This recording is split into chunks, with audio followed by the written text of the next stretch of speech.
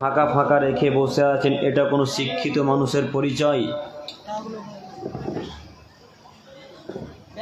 এখন পর্যন্ত যদি আপনি ওই পিছনে বসে থাকেন, এরপরেও যদি আপনি ফাঁকা জায়গাকে পূর্ণ না করেন, তাহলে আমি এখন কি ভাববো আমি বুঝতে পারছি না।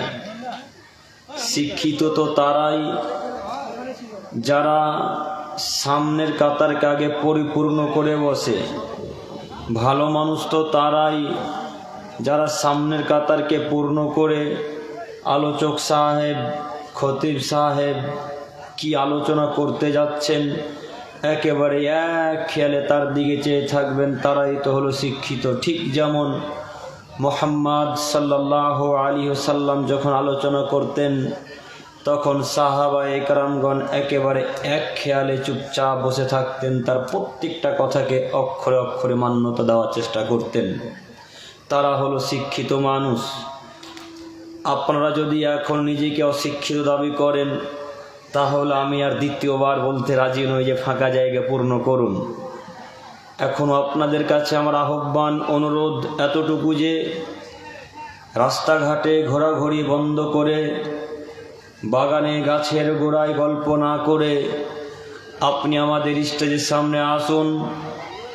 ইনশাল্লাহ আমি আপনার আজকে করোনা কম উপকার করবই এই আশা নিয়ে জঙ্গিপুর সন্তোষপুর থেকে আসা। সম্মানিত উপস্থিতি, এই মাইকের আওয়াজ যত দূর পর্যন্ত যাচ্ছে, আমি আমার সমস্ত প্রিয় দিনী ভাই ও বোনদের আহ্বান জানাচ্ছি যে আপনারা যিনারা এখন পর্যন্ত দাঁড়িয়ে আছেন, আপনারা ওইখানে দাঁড়িয়ে থাকবেন না। আমি আপনার দিনী ভাই, আমি আপনার মেহমান মানুষ। আপনি ওখানে দাঁড়িয়ে থেকে আমাদেরকে অপমান করবেন না, নিজেকে অহংকার দেখিয়ে মাতাব্বরি করবেন না। ওখানে দাঁড়িয়ে থাকা আপনার উচিত নয়। আপনি আজকে দিনী সভাতে দাঁড়িয়ে থেকে কি দেখাতে চাচ্ছেন এটাও বুঝতে পারলাম না। সম্মানিত উপস্থিতি, আপনারা যিনারা এখন পর্যন্ত বাড়িতে বসে আছেন, আত্মীয় স্বজন, ভাই বোন, কুটুমদেরকে নিয়ে গল্প করছেন, আপনাদের দৃষ্টি আকর্ষণ করে বলতে চাচ্ছি, গল্প করা বন্ধ করে স্টেজের সামনে আসুন। আসলে আমরা যেখানেই প্রোগ্রাম করছি, আমরা ভেবে নিয়েছি জালসা মানেই মেলা। এটা আমাদের প্রথমত রোগ। আরও আমরা ভেবেছি জালসা মানে আত্মীয় স্বজন আসবে, 10 কিলো গরুর মাংস নেব, 5 কিলো পোলট্রি নেব, 1 কিলো ওই দেশি মুরগি নেব। এইগুলা নিয়ে আত্মীয় স্বজন, ভাই বোন, সালা সালি, বহুনু, দুলা ভাই যা যাবতীয় আসবে, সবাইকে নিয়ে রাত্রিতে খেয়ে আনন্দ ফুর্তি করে সকালবেলায় বিদায় দেব। এরই নাম কি জালসা? কথা বলে না। আপনারা কি কথা বুঝতে পারছেন? আমি আবার একটা কথা বলি আপনাদের সম্মুখে, যে আমি আব্দুল করিম বিন আমিনুল ইসলাম আপনাদের সম্মুখে যদি আমি 1 ঘন্টা থাকি, তো আপনারা আমার সাথে 1 ঘন্টা যাবত কথা বলার চেষ্টা করবেন ইনশাল্লাহ। ইনশাল্লাহ, ইনশাল্লাহ। এবার বলেন তো দেখি, জালসা মানে কি মেলা? জালসা মানে কি আত্মীয় স্বজনকে নিয়ে বাড়িতে গল্প করতে হবে? তাহলে এখন পর্যন্ত রাত্রি প্রায় 10টা 25 বাজে, এখন পর্যন্ত মানুষ জালসার স্থানে এলো না কেন? নিশ্চিত সে এখন মেলাতে ঘুরছে, নয়তো তার বন্ধু বান্ধবকে নিয়ে বাড়িতে আড্ডা মারছে, নয়তো সালাসালিকে নিয়ে গল্পতে ব্যস্ত আছে। আজকে এই হোসেননগরে কি মেলা বসেছে? হ্যাঁ, ওইদিকে দেন। আজকে কি হোসেননগরে মেলা বসেছে? বসেছে। ইন্না লিল্লাহি ওয়া ইন্না ইলাইহি রাজিউন। দেখেন, জালসা মানেই তো হোসেননগরের মানুষও বুঝলো মেলা। তো আমি এখন কাকে বুঝাবো জালসা কি, কাকে বলি এখন? সম্মানিত দিনী ভাই, সম্মানিত উপস্থিতি, এই মেলা হারাম। আপনি কেন মেলা বসতে দিলেন জালসাতে, এটাও বুঝতে পারলাম না। আসলে আমরা যদি মনে করি প্রত্যেকটা দোকানওয়ালার কাছ থেকে 1000 টাকা করে নেব, 30টা যদি দোকান থাকে ওদের মাথা থেকে আসবে 30,000 টাকা, 3টা বক্তার টাকা উঠে গেল, তো দোকান বসতে দিব না কেন? তাই না? এই আশা আকাঙ্ক্ষা যদি থাকে, তাহলে একটা মানুষের উপকার হবে না, এ কথা মাথাতে রেখে দিতে হবে। কেউ হেদায়েত পাবে না ইনশাল্লাহ। একেবারে আল্লাহকে খুশি করার জন্যে ভাগ্যকে বিশ্বাস করে প্রোগ্রাম করা লাগবে।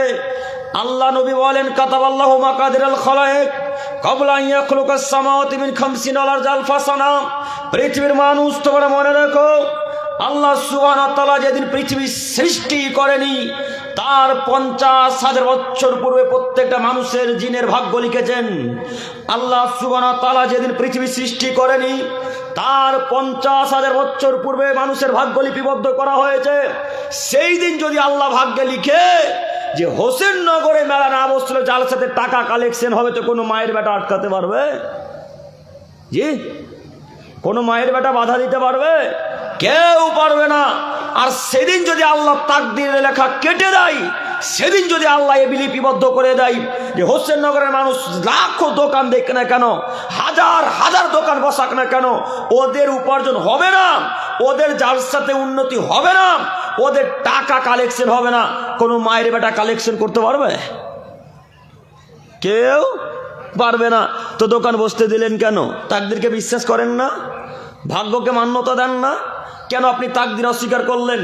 সম্মানিত উপস্থিতি, এবার আপনাকে বলি, আপনারা যারা দোকান বসতে দিয়েছেন বা দোকানের অনুমতি দিয়েছেন, আজকে যদি 4টা নারীকে 4 জন যুবকে ধাক্কা মারে, এক খেলা আমার দিকে চেয়ে থাকেন, আজকে যদি 8টা নারীকে 8টা যুবকে ধাক্কা মারে, আজকে যদি 20টা নারীকে 20টা যুবকে ধাক্কা মারে, 20টা নারী যত পাপী, 20টা যুবক যত পাপী, এই জালসা যারা দিয়েছে, যার দোকান বসতে দিয়েছে, তারা একাই তত পাপী। ল্যান্ড পাপকে ঠেকান, এখন ঠেকান পাপকে। এখন কিভাবে পাপ ঠেকাবেন? আপনি আব্দুল করিমকে 2 থাপ্পড় লাগিয়ে দিয়ে স্টেজ থেকে নামিয়ে দিতে পারেন, এখন আপনি আমাকে মেরে স্টেজ থেকে নামিয়ে দিতে পারেন, কিন্তু রাসূলের বাণী যে আপনি উল্টাতে পারবেন না। আল্লাহ তাআলা বললেন, পৃথিবীর মানুষ তোমরা পাপ কাজে সহযোগিতা করো না, সৎ কাজে সহযোগিতা করো, অন্যায় কাজে সহযোগিতা করো না, তোমরা সৎ কাজে সহযোগিতা করো। আচ্ছা বলেন তো, হোসেননগরের মানুষ এখন যে মেলাটা চলছে, এক জায়গায় নারী পুরুষ একাকার হয়ে মেলামেশা করছে, চলাচল করছে, বলেন তো এটা সৎ কাজ না খারাপ কাজ? খারাপ কাজ। তো এখন যে সমর্থন করলেন, তা আল্লাহ আপনাকে এখন কি করবেন? এই বাক্যের প্রথমত আপনি আগে জবাব দেন আমাকে। এই বাক্যের প্রথম জবাব দেওয়া লাগবে। কে বলল এরা শিক্ষিত জাতি? কে বলল এরা শিক্ষিত মানুষ? ওই জাতি কিভাবে পরিত্রাণ পেতে পারে যে জাতি ইহুদিদের নীতিকে গ্রহণ করে নিয়েছে? ওই জাতি কিভাবে পরিত্রাণ পেতে পারে যে জাতি খ্রিস্টানদের নীতিকে গ্রহণ করেছে? ওই জাতি কিভাবে পরিত্রাণ পেতে পারে যে জাতি হিন্দুদের নীতিকে গ্রহণ করেছে? ওই জাতি কিভাবে পরিত্রাণ পেতে পারে যে জাতি বৌদ্ধদের নীতিকে গ্রহণ করেছে? এমন কোন মায়ের বেটা হোসেননগরে বলুক যে প্রত্যেকটা প্রোগ্রামে মেলা বসবে, বা মেলা বসা জায়েজ, বা নারী পুরুষ একাকার হয়ে চলাচল করবে, বা ওখানে ঝুড়ি জিলাপি দোকান থাকবে, ফুচকার দোকান থাকবে, ও ইত্যাদি ইত্যাদি দোকান থাকবে, এগুলো ইসলামের সমর্থন করে, এমন কোন মায়ের বেটা হোসেননগরে প্রমাণ করতে পারবেন? কি হিসাবে পরিত্রাণ আশা করেন? ওই জাতি পরিত্রাণ পেতে পারে না যে জাতি মুহাম্মদ সাল্লাল্লাহু আলাইহি ওয়াসাল্লামকে অপমান করলো।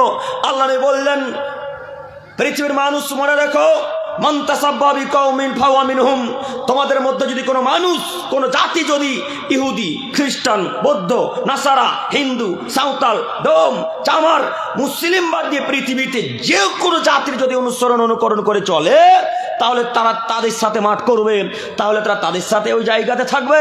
বলেন, এখন যেই নীতি আপনাদের দোকান পাশারে চলছে, রাস্তাঘাটে হচ্ছে, এটা মুহাম্মদ সাল্লাল্লাহু আলাইহি ওয়াসাল্লামের নীতি না ওই ইহুদি, খ্রিস্টান, বৌদ্ধদের নীতি?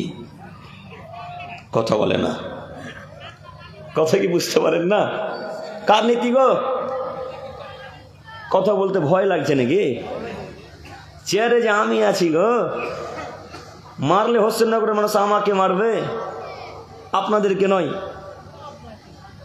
বলেন দেখি কার নীতি ওটা? ইহুদি খ্রিস্টানদের। মেলা কি ইসলাম সমর্থন করে? করে গো? করে না। তাহলে আপনি এখন বলেন আপনার মাঠ কার সাথে হবে? সম্মানিত উপস্থিতি, বলছিলাম নীতি পরিবর্তন করেন। কে বললো মেলা ছাড়া জালসা হয় না? কে বললো মেলা ছাড়া জালসাতে লোক হয় না? মালদাতে হাজারো প্রোগ্রাম আমরা করে আসি, দিনের বেলাতে প্রোগ্রাম, আপনারা তো রাতে প্রোগ্রাম দিয়েছেন, দিনে দিনে প্রোগ্রাম, জোহর থেকে শুরু, এশা হতে হতে শেষ, আসর হতে শুরু, এশা 10:30 11টা হতে হতে শেষ, এই যাবৎ প্রোগ্রাম শেষ হয়ে যায়। লাখ লাখ লোক, হাজার হাজার লোক এই মাথা থেকে ওই মাথা দেখা যায় না। কে বললো প্রোগ্রাম হবে না মেলা ছাড়া? একটা দোকান পাশার নেই, না ফুচকা দোকান আছে, না ঝুড়ি জিলাপি দোকান আছে, না অন্যান্য যাবতীয় দোকান আছে, না মনোহারি দোকান আছে, কোনো দোকান নেই। সেই প্রোগ্রামগুলো কি হয় না? হচ্ছে তো।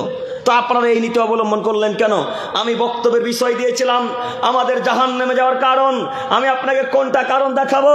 আজকে হাজারো যুবকের স্ত্রী, আজকে হাজারো বৃদ্ধ মেয়ে, আজকে হাজারো মায়েরা রাস্তাঘাটে চলাচল করছে, এদের স্বামীরাও জাহান্নামে যাবে, ওদের স্ত্রীরাও জাহান্নামে যাবে। এ বাক্য আমি এখন আপনাকে বোঝাতে চাচ্ছি। এই বাক্য বলার পূর্বে আরও কয়েকটি কথা আপনাকে বোঝাতে চাচ্ছি। আমাদের জাহান্নামে যাওয়ার কারণ সব থেকে যেটা বড়, সেটা হচ্ছে আল্লাহর পথ থেকে দূরে থাকা, অর্থাৎ সালাতকে ত্যাগ করা।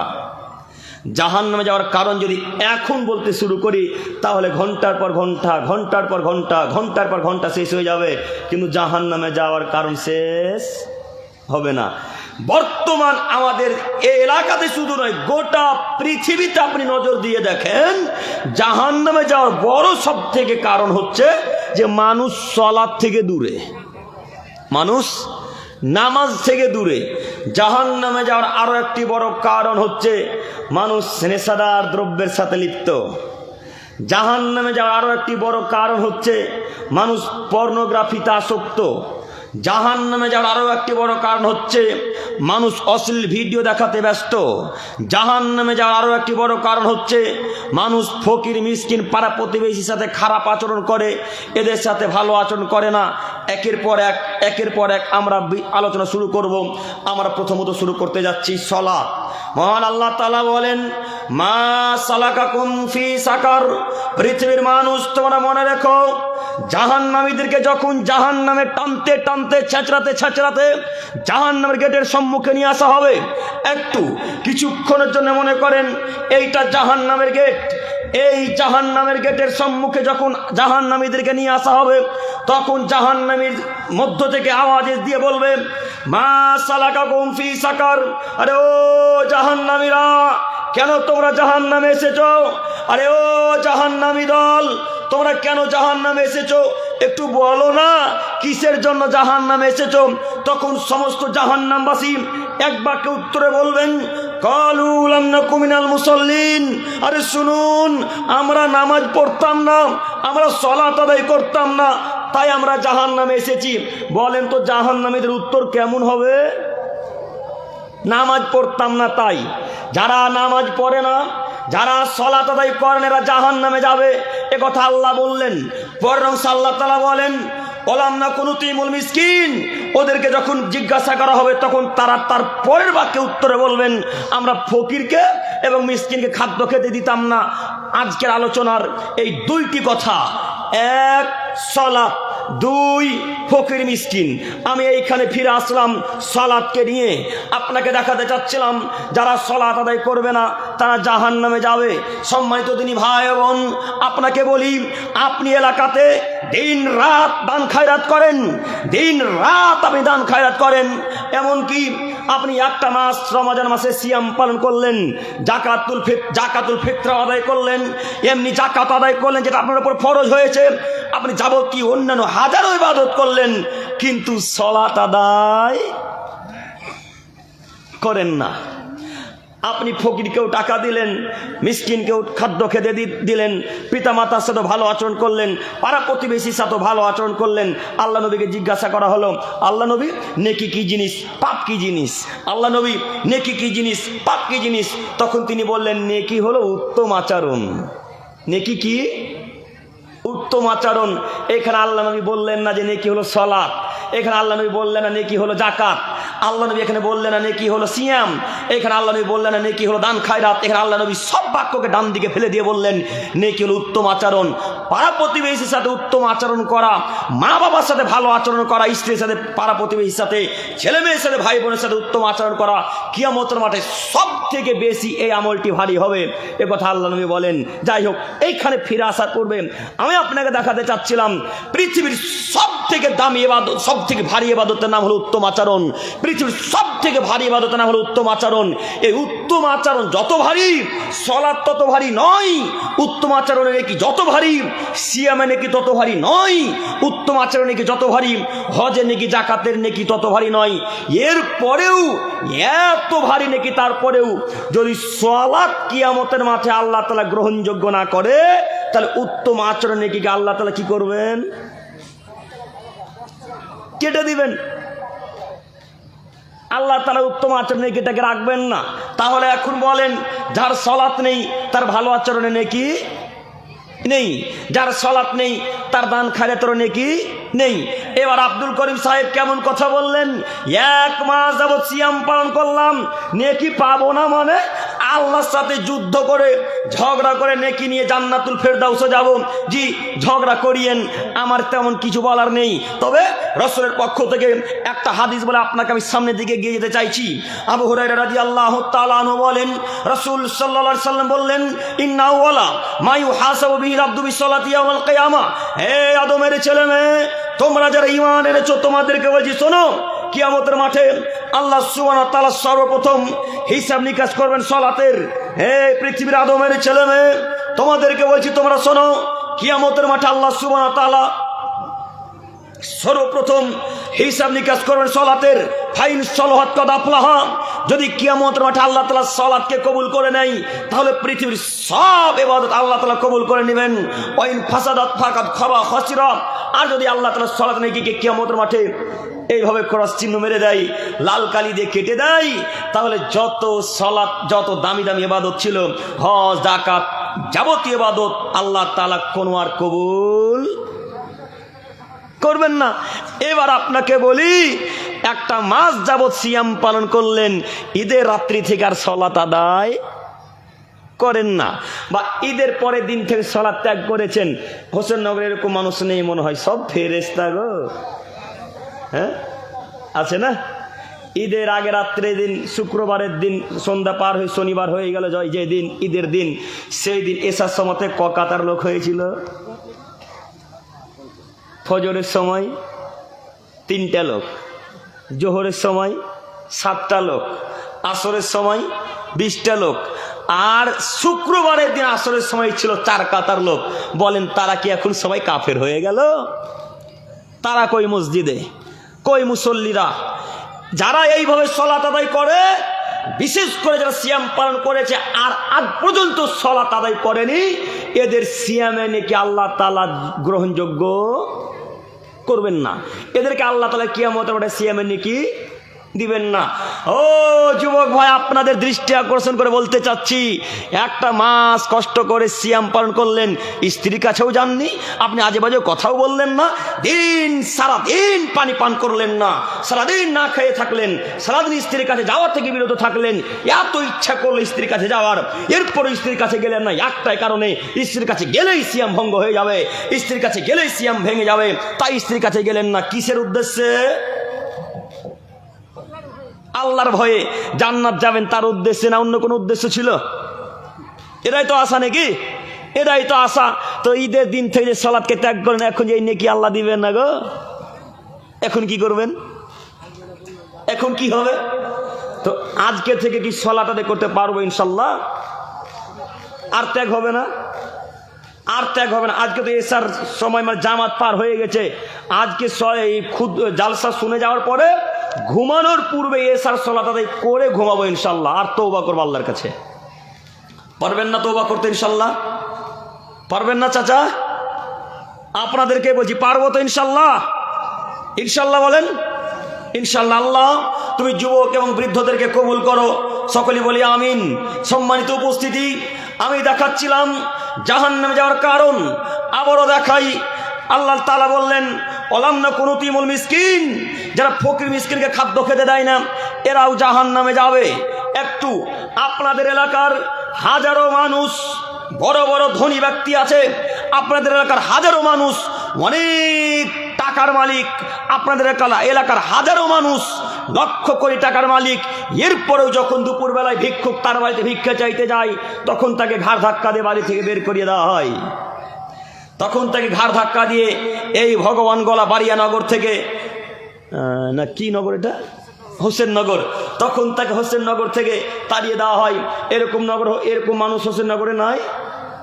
আছে তো, তা আপনি তাড়িয়ে দিলেন কেন? আচ্ছা একটু আপনাকে বলি, দুপুর 2টার পর খাওয়া দাওয়া করে ঘুমিয়েছেন, একেবারে এসি চালিয়ে ঘুমিয়েছেন আপনার নিজস্ব নিজ কক্ষে নিজ রুমে, তো ফকির একটা বেল বাজিয়েছে এইভাবে, একটু দেখেন। তখন ভেতর থেকে আওয়াজ আসছে, কে?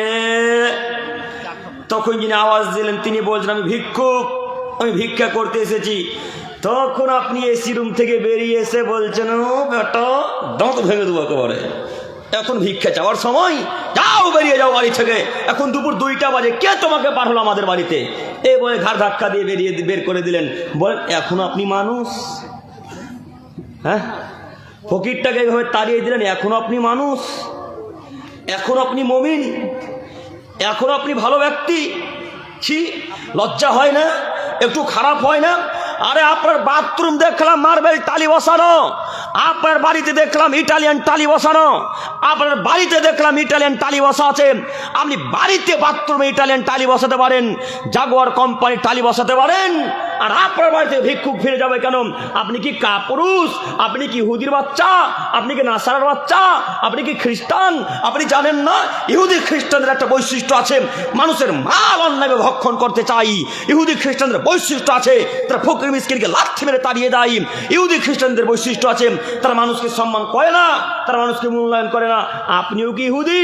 আপনিও কি খ্রিস্টান? আপনার বাড়ি থেকে ফকির মিসকিন বাড়ি ফিরে যাবে কেন? আপনার বাড়ি থেকে ভিক্ষুক ফিরে যাবে কেন? সম্মানিত এই হোসেননগরের মানুষ, আপনাদের দৃষ্টি আকর্ষণে বলতে চাচ্ছি, এই ভিক্ষুক বাড়ি থেকে ফিরে যাবে না। আল্লাহ নবী বলছেন, ওয়াল্লাহি লা ইউমিনু, আল্লাহর কসম এই লোকটা মুমিন নয়। ওয়াল্লাহি লা ইউমিনু, আল্লাহর কসম এই লোকটা মুমিন নয়। ওয়াল্লাহি লা ইউমিনু, আল্লাহর কসম এই লোকটা মুমিন নয়। সাহাবায়ে কেরাম বললেন, আল্লাহ নবী, কে সেই ব্যক্তি? বারবার কসম করেছেন আর বলছেন, ওই ব্যক্তি মুমিন নয়, ওই ব্যক্তি মুমিন নয়, ওই ব্যক্তি মুমিন নয়। এত তাগিদ করে, এত জোর দিয়ে বলছেন কেন? কে সেই ব্যক্তি একটু বলেন।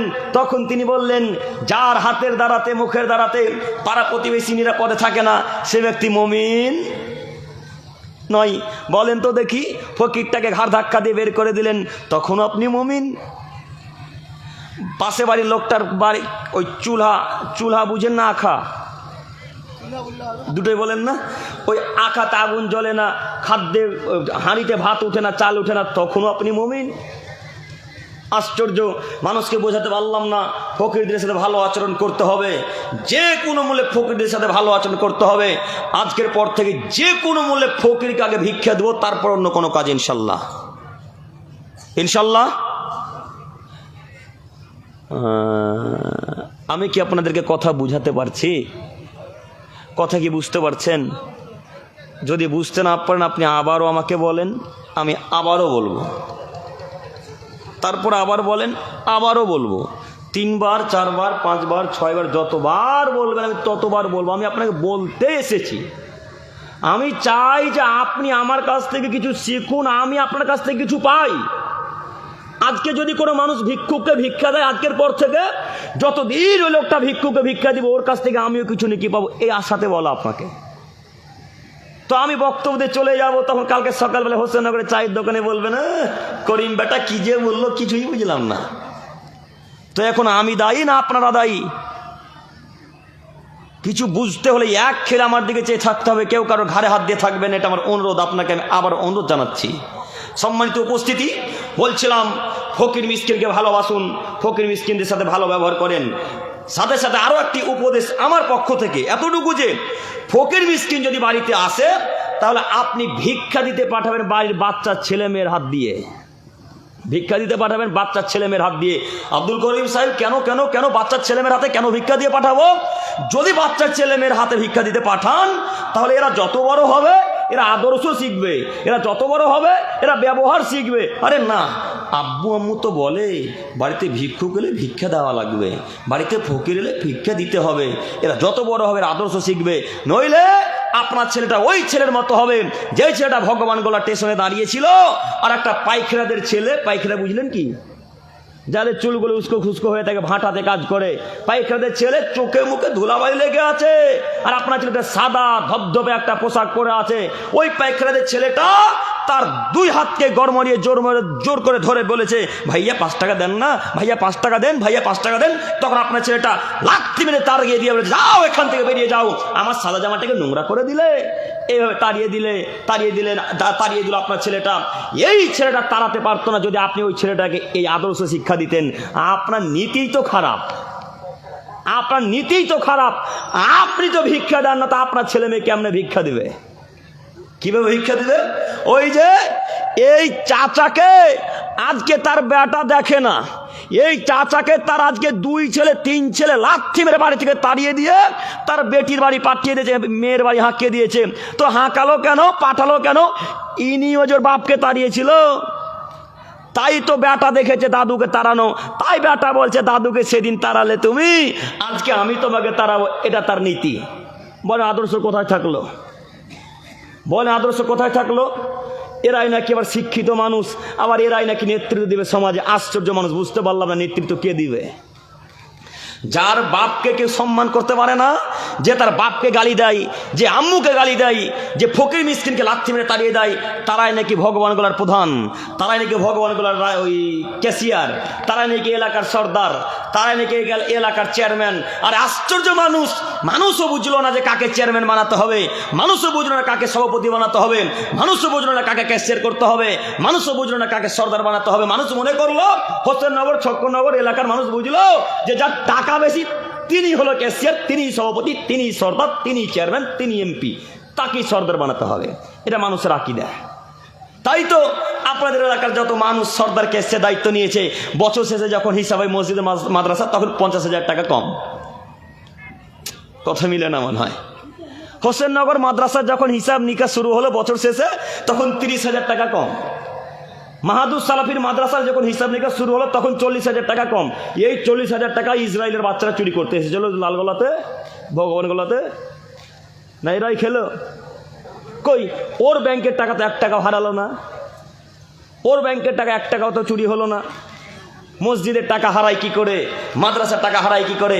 আসলে কি আপনারা মনে করেছেন আসলে হারিয়েছে? না, হারায়নি। তিনি ওই টাকা আত্মসাৎ করেছে, তিনি ওই টাকা খেয়ে ফেলেছে। এবার আপনাকে বলি, আপনাদের মেম্বারের অবস্থা কত কঠিন, আপনাদের চেয়ারম্যানের অবস্থা কত কঠিন, আপনাদের সরকার ক্যাশিয়ার যারা দায়িত্বশীল তাদের অবস্থা কত কঠিন। একটা হাদিস পেশ করে এখানে দেখাই। আমি দেখাচ্ছিলাম জাহান্নামে যাওয়ার কারণ। এক খেলে আমার দিকে চেয়ে থাকেন, একটু ক্লিয়ার করেন তো, একটু ক্লিয়ার চেষ্টা করেন, একটু ক্লিয়ার করার চেষ্টা করেন। ঠিক আছে ইনশাল্লাহ। সম্মানিত উপস্থিতি, এবার আপনাকে দেখাই একটু জাহান্নামে যাওয়ার কারণ। আপনাকে দেখাচ্ছিলাম জাহান্নামে যাওয়ার কারণ। আবারও বলি, আবু হুরায়রা রাদিয়াল্লাহু তাআলা আনহু থেকে বর্ণিত, তিনি বলেন রাসূল সাল্লাল্লাহু আলাইহি সাল্লামকে একটা গোলাম একটা লোক উপহার দিয়েছিল। এক খেলে আমার দিকে চেয়ে থাকেন। হাদিস সহিহ মুসলিম মিসকাত। আপনাকে আমি সহিহ মুসলিমের হাদিস দেখাতে যাচ্ছি, 19-20 হয় না যেন, একটু আমার দিকে এক খেলে চেয়ে থাকুন। আবু হুরায়রা রাদিয়াল্লাহু তাআলা আনহু বলেন, একদা এক ব্যক্তি মুহাম্মদ সাল্লাল্লাহু আলাইহি সাল্লামকে একটা গোলাম উপহার দিয়েছিল। ইউকালু লাহু মিদআম, যে লোকটার নাম ছিল মিদআম। ফাবাইনামা মিদআমুন ইয়াহুত্তু রাহলান লিরাসূলিল্লাহি সাল্লাল্লাহু আলাইহি সাল্লাম। এই মিদআম লোকটি মুহাম্মদ সাল্লাল্লাহু আলাইহি সাল্লামের উটের পিঠের উপর থেকে হাউদা নামাচ্ছিল। একটু হয়তো হাউদা বুঝতে পারলেন না, উটের পিঠের উপরে বসার জায়গা করা থাকে, মাঝে মাঝে দেখতে পাবেন। যদি আপনি রাজস্থান চলে যান, যদি আপনি দুবাই, আরব আমিরাত, বাহরাইন ইত্যাদি ইত্যাদি এলাকা, যদি এই দেশগুলো চলে যান, তখন দেখতে পাবেন ওই মরুভূমির উপরে উট চলতে আছে, আর উটের উপরে মানুষ বসে আছে খুব একটা নরম জায়গাতে বা একটা কাটমারা জায়গাতে। এটাকে হাউদা বলা হয়। এই হাউদাটা মিদআম রাদিয়াল্লাহু তাআলা আনহু মুহাম্মদ সাল্লাল্লাহু আলাইহি ওয়াসাল্লাম উটের পিঠের উপর থেকে নামাচ্ছিলেন। নামাতে নামাতে হঠাৎ একটা তীর আসলো। হঠাৎ তীরটা এসে মিদআমের গায়ে লাগলো। মিদআমের গায়ে যেমনই তীর লাগা, ফাকাতালাহু, মিদআম মৃত্যুবরণ করলেন। মিদআম সঙ্গে সঙ্গে মারা গেলেন। আশেপাশে যত সাহাবায়ে কেরাম দাঁড়িয়ে আছেন, প্রত্যেকেই নিজ নিজ ভাষাতে বলতে শুরু করলেন, হানি আল্লাহুল জান্নাহ, হানি আল্লাহুল জান্নাহ, হানি আল্লাহুল জান্নাহ। আরে মিদআম তো জান্নাতি ব্যক্তি, মিদআম তো শহীদ হয়ে মারা গেছে, মিদআম তো রাসূলের গোলাম, মিদআম তো শহীদ হয়ে মারা গেছে, মিদআম জান্নাতে যাবে। এই বাক্য সাহাবায়ে কেরামগণ বলা বলি করছেন।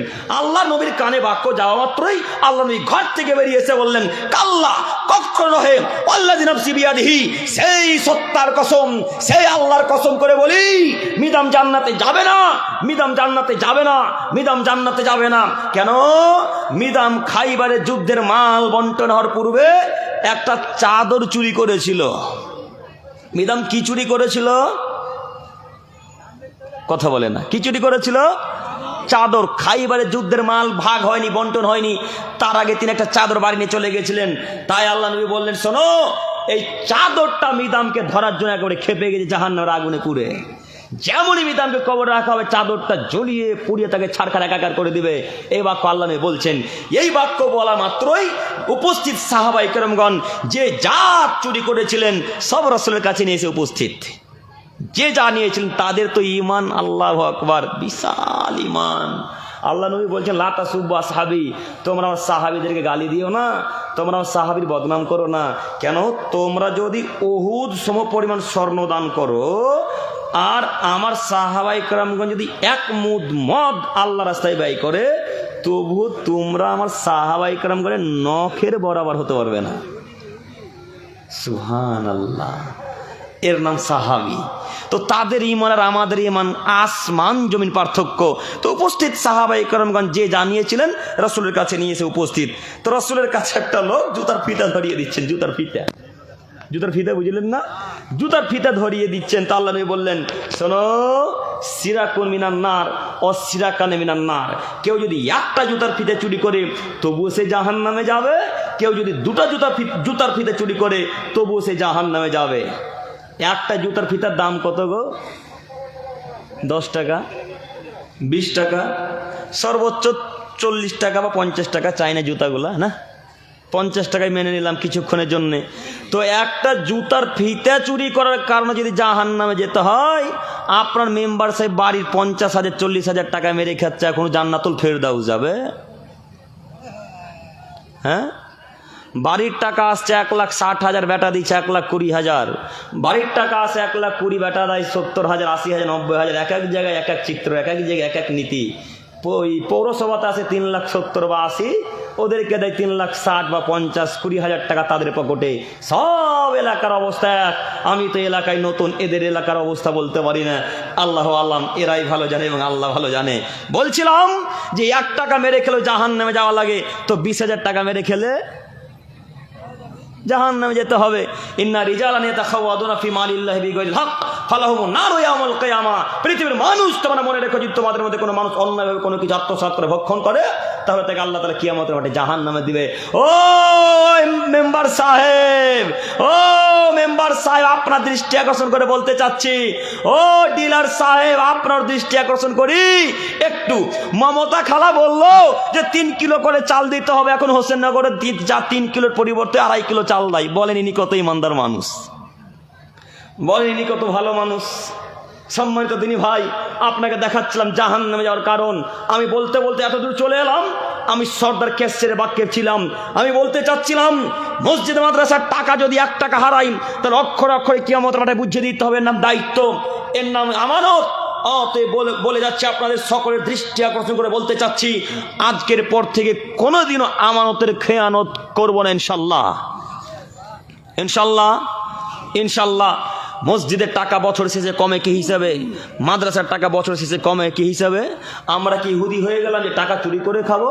আমরা কি খ্রিস্টান হয়ে গেলাম যে টাকা আত্মসাৎ করবো তাদের মতো, তাদের নেতাদের মতো, তাদের আলেম ওলামায়ে কেরামগণের মতো? এটা আমরা ওদের নীতি গ্রহণ করতে পারবো না, ইনশাল্লাহ, ইনশাল্লাহ। আল্লাহ তুমি আমাদেরকে বোঝার তৌফিক দান করো, সকলে বলি আমিন। সম্মানিত উপস্থিতি, বলছিলাম আমাদের জাহান্নামে যাওয়ার কারণ একটু আপনাকে আমি আবার অনুরোধ জানাতে যাচ্ছি যে এতটুকু, আজকের পর থেকে যে কোনো মূল্যে ফকির মিসকিন আমাদের বাড়ি থেকে ফিরে যাবে না, ইনশাল্লাহ। যে কোনো মূল্যে তাকে খাদ্য দেবো। সাথে সাথে আরও একটি উপদেশমূলক কথা, ফকির বা ভিক্ষুক বাড়িতে এলেই আগে নিজ ইচ্ছে আগে আপনি জিজ্ঞাসা করবেন, ভাইয়া কিছু খাবেন? ভাইয়া ভাত কি দেবো? এটা আপনার জিজ্ঞাসা করা কর্তব্য। খাক চাই না খাক, বলতে পারবেন ইনশাল্লাহ। একটা ভিক্ষুক যদি আমার বাড়িতে খাদ্য খায়, ভাত খায়, তাহলে সব চাল কি কমে যাবে আমার? যদি কমেও যাবে, রাত্রেবেলা আমি আবার স্ত্রীকে দিয়ে রান্না বান্না করাবো, কিন্তু ভিক্ষুক আমার বাড়ি থেকে ফিরে যাবেন ইনশাল্লাহ। পারবেন না ইনশাল্লাহ, ইনশাল্লাহ। আল্লাহ তুমি আমাদেরকে তৌফিক দান করো, সকলে বলি আমিন। এরপরেও যারা এই নীতি গ্রহণ করবে না, তারাও যদি নিজেকে শিক্ষিত দাবি করে তাহলে আমরা বুঝাতে অক্ষম। আপনাকে বলি যারা সালাত আদায় করে না তারাও যদি নিজেকে শিক্ষিত দাবি করে আমি আপনাকে বুঝাতে অক্ষম। কেন? আল্লাহ তাআলা বললেন ইন্নামা ইয়াতাযাক্কারু উলুল আলবাব, পৃথিবীর মানুষ তোমরা মনে রেখো নিশ্চয়ই অবশ্যই বেশক অবশ্যই অবশ্যই উপদেশ গ্রহণ করে তারাই যারা শিক্ষিত মানুষ। অবশ্যই অবশ্যই উপদেশ গ্রহণ করে তারাই যারা জ্ঞানী গুণী মানুষ। অবশ্যই অবশ্যই উপদেশ গ্রহণ করে তারা যারা শিক্ষিত মানুষ। আজকের পর থেকে যতক্ষণ পর্যন্ত আলোচনা হলো সেই 10:30 নাকি না কত উঠেছি আমি 10:30 বা তারও আগে হয়তো বা এই যাবৎ যতক্ষণ আলোচনা হলো এতক্ষণ পর্যন্ত যত কথা হয়েছে সবকে উপদেশমূলক কথা না উপদেশের বাইরে গেছে কিছু উপদেশমূলক কথা। তো আজকের পর থেকে যারা উপদেশমূলক কথাগুলোকে গ্রহণ করে নেবে তার একটি হচ্ছে সালাত, আর একটি হচ্ছে সিয়াম, আর একটি হচ্ছে ফকির মিসকিনের সাথে ভালো আচরণ করা। এইগুলাকে যারা খুব ভালো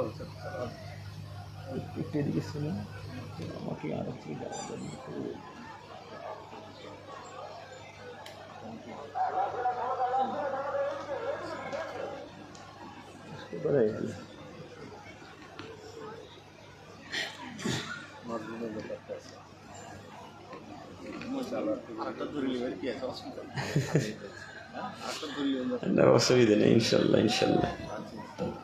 সম্মানিত উপস্থিতি, বলছিলাম জাহান্নামে যাওয়ার কারণ দেখাচ্ছিলাম। আমি বলছিলাম উপদেশ যত মানুষ গ্রহণ করে নেবে তারা শিক্ষিত, কথা আল্লাহ বলছেন। আজকের পর থেকে যারা ফকির মিসকিনকে খাদ্য খেতে দিবে, আজকের পর থেকে যারা সালাত আদায় করবে, আজকের পর থেকে যারা ফকিরের সাথে ভালো আচরণ করবে, এরা সবাই শিক্ষিত মানুষ। কার বাণীতে? কার? আল্লাহর বাণীতে এরা সবাই শিক্ষিত। তাতে আপনার আব্বা সিগনেচার করতে পারুক চাই না পারুক, আপনার আব্বা ইংরেজি লিখতে জানুক চাই না জানুক, আপনার আব্বা আরবি বাংলা পড়তে পারুক চাই না পারুক, আপনার আব্বা শিক্ষিত, কথা আল্লাহ বলছেন। যদি আপনার আব্বা সালাত আদায় করে তাহলে, আর যদি আপনার বাপ MA পাস করে ছাত্র হয়, আপনার বাপ যদি প্রফেসর হয়, আপনার বাপ যদি PhD ডিগ্রির মানুষ হয়, আপনার বাপ যদি ডাক্তার হয়, আপনার বাপ যদি আরো এর চাইতে বড় বড় কোনো উঁচু লেভেলের মানুষ হয়, যদি সালাত আদায় না করে, যদি ফকির মিসকিনকে খাদ্য খেতে না দেয়, ফকির মিসকিনের সাথে যদি ভালো আচরণ না করে, তাহলে আপনার বাপ আল্লাহর বাণীতে অশিক্ষিত মানুষ, বেহায়া মানুষ, নোংরা মানুষ, খারাপ মানুষ, অসভ্য মানুষ। দেখি কোন মায়ের বেটা বলতে পারে আমি ডাক্তার মানুষ, আমি ফকির খেতে দিন, আমি শিক্ষিত। যদি আপনি বাক্য প্রমাণ করে দিতে পারেন তাহলে আমি জাতির সামনে কোশ্চেন করার কথাই বলবো না ইনশাল্লাহ, কথাই বলবো না। কে বললো আপনি শিক্ষিত? আল্লাহ বলছেন ইন্নামা ইয়াতাযাক্কারু উলুল আলবাব, নিশ্চয়ই অবশ্যই অবশ্যই শিক্ষিত তারাই যারা উপদেশ গ্রহণ করে, অবশ্যই অবশ্যই জ্ঞানী গুণী মানুষ তারাই যারা উপদেশকে মেনে নাই। আজকের পর থেকে যত মানুষ ফকিরের সাথে ভালো আচরণ করবে এরা সব শিক্ষিত। এর ফলে যারা ফকিরকে ভালোবাসবে না, খাদ্য খেতে দিবে না, মিসকিনকে ভালোবাসবে না, এরা সব অশিক্ষিত, এরা সব বর্বর, এরা সব নির্লজ্জ, এরা সব বেহায়া, এরা সব অসভ্য। যদি আপনি MA পাস ছাত্র হন তবু আপনার বিদ্যার মূল্য আল্লাহর কাছে নেই। আজকের পর থেকে পরিবর্তন হতে পারবো না ইনশাল্লাহ। পকেটে খুচরা টাকা সদা সর্বদাই রাখবেন, সদা সর্বদাই। ভিক্ষুক রাস্তাতেও যেন ফিরে না যায়। সদা সর্বদাই পকেটে 100 টাকা খুচরা রাখার চেষ্টা করবেন। 5 টাকা 10 টাকা, 5 টাকা 10 টাকা, যখন যাকে ইচ্ছা তখন তত টাকা দিবেন। এটা হলো আপনার আদর্শ নীতি। এই আদর্শ নীতি প্রত্যেকে অবলম্বন করতে হবে। কখন কখন ভেবে নিলেন 100 টাকা দিলে সব টাকা কমে যাবে, অসম্ভব। টাকা কমবে না, টাকা বাড়বে। টাকা বাড়বে, কিভাবে বাড়বে তা বোঝাতে পারবো না।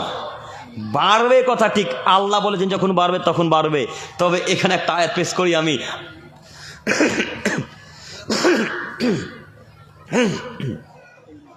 এখানে একটা আমি আয়াত পেশ করে আপনাকে দেখাতে পারি। আল্লাহ বলছেন ইয়ামহাকুল্লাহুর রিবা ওয়া ইউরবিস সাদাকাত। পৃথিবীর মানুষ তোমাদেরকে বলছি তোমরা শোনো, যারা সুদ খায় তাদের টাকাকে আমি সংকুচিত করি, আর যারা দান করে তাদের টাকাকে আমি বাড়িয়ে দিই। বলেন তো এই দুইটি বাক্য আমাদের সাথে মিলে? হ্যাঁ, মিলে না। তো আল্লাহ কেন বললেন যে যারা সুদ খায় তাদের টাকাকে আমি ধ্বংস করে দিই, আর যারা দান করে তাদের টাকাকে বাড়িয়ে দিই? একেবারে তো হোসেননগরে কথা বিপরীত। কথা মিলে কি? যারা সুদ খায় তারা তো দিন দিন ধনী হতে যাচ্ছে।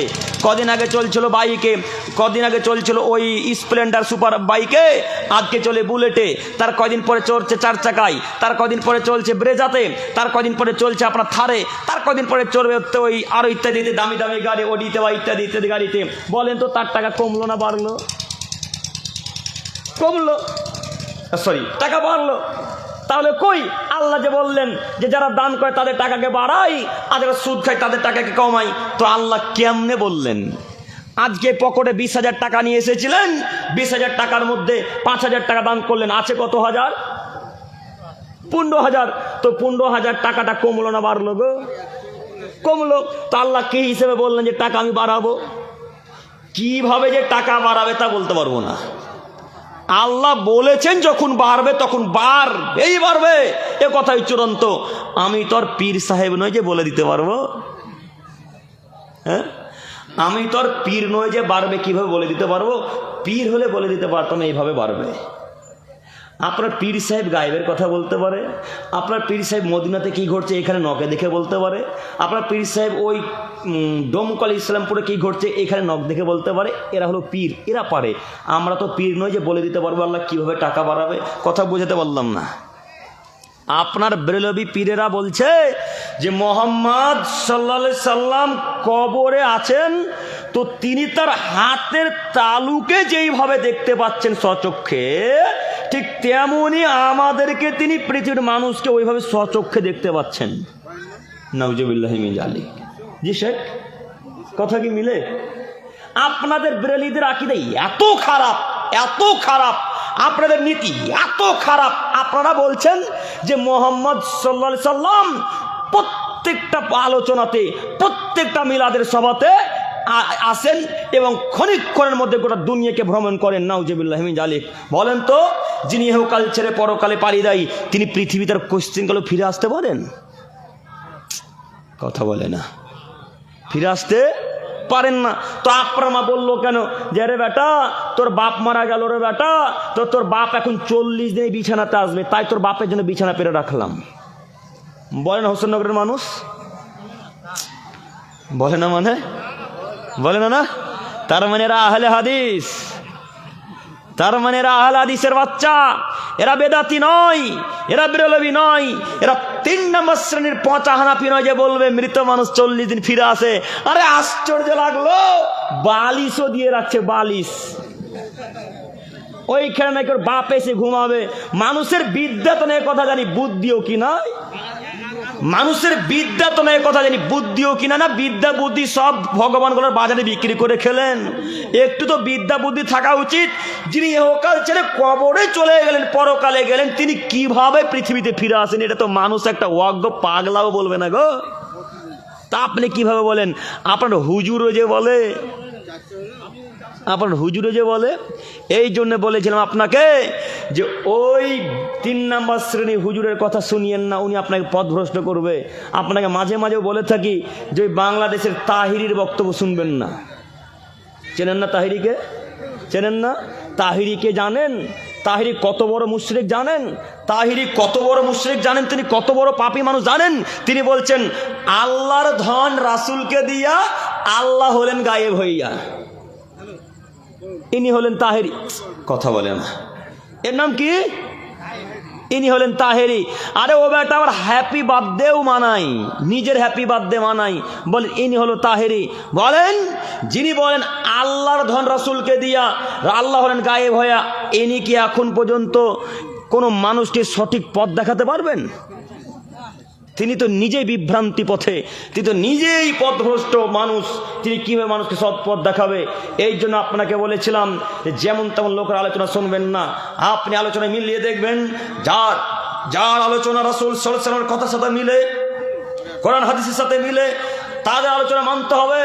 তাছাড়া যারা উদ্ভট কথাবার্তা বলে, যারা ওই কথাবার্তা যারা বলে, তাদের আলোচনা আমরা শুনবো না। সে যত বড়ই মানুষ হোক না কেন, আমরা একজনের কথা মান্যতা দেব, তিনি হলেন মুহাম্মদ সাল্লাল্লাহু আলাইহি সাল্লাম। তিনি যা বলেছেন তাহাই মান্যতা দিতে হবে, এটা হলো শরীয়ত। সম্মানিত উপস্থিতি, বলছিলাম দান করলে টাকা বাড়বেই বাড়বে। আর সুদ খেলে টাকা কমবে।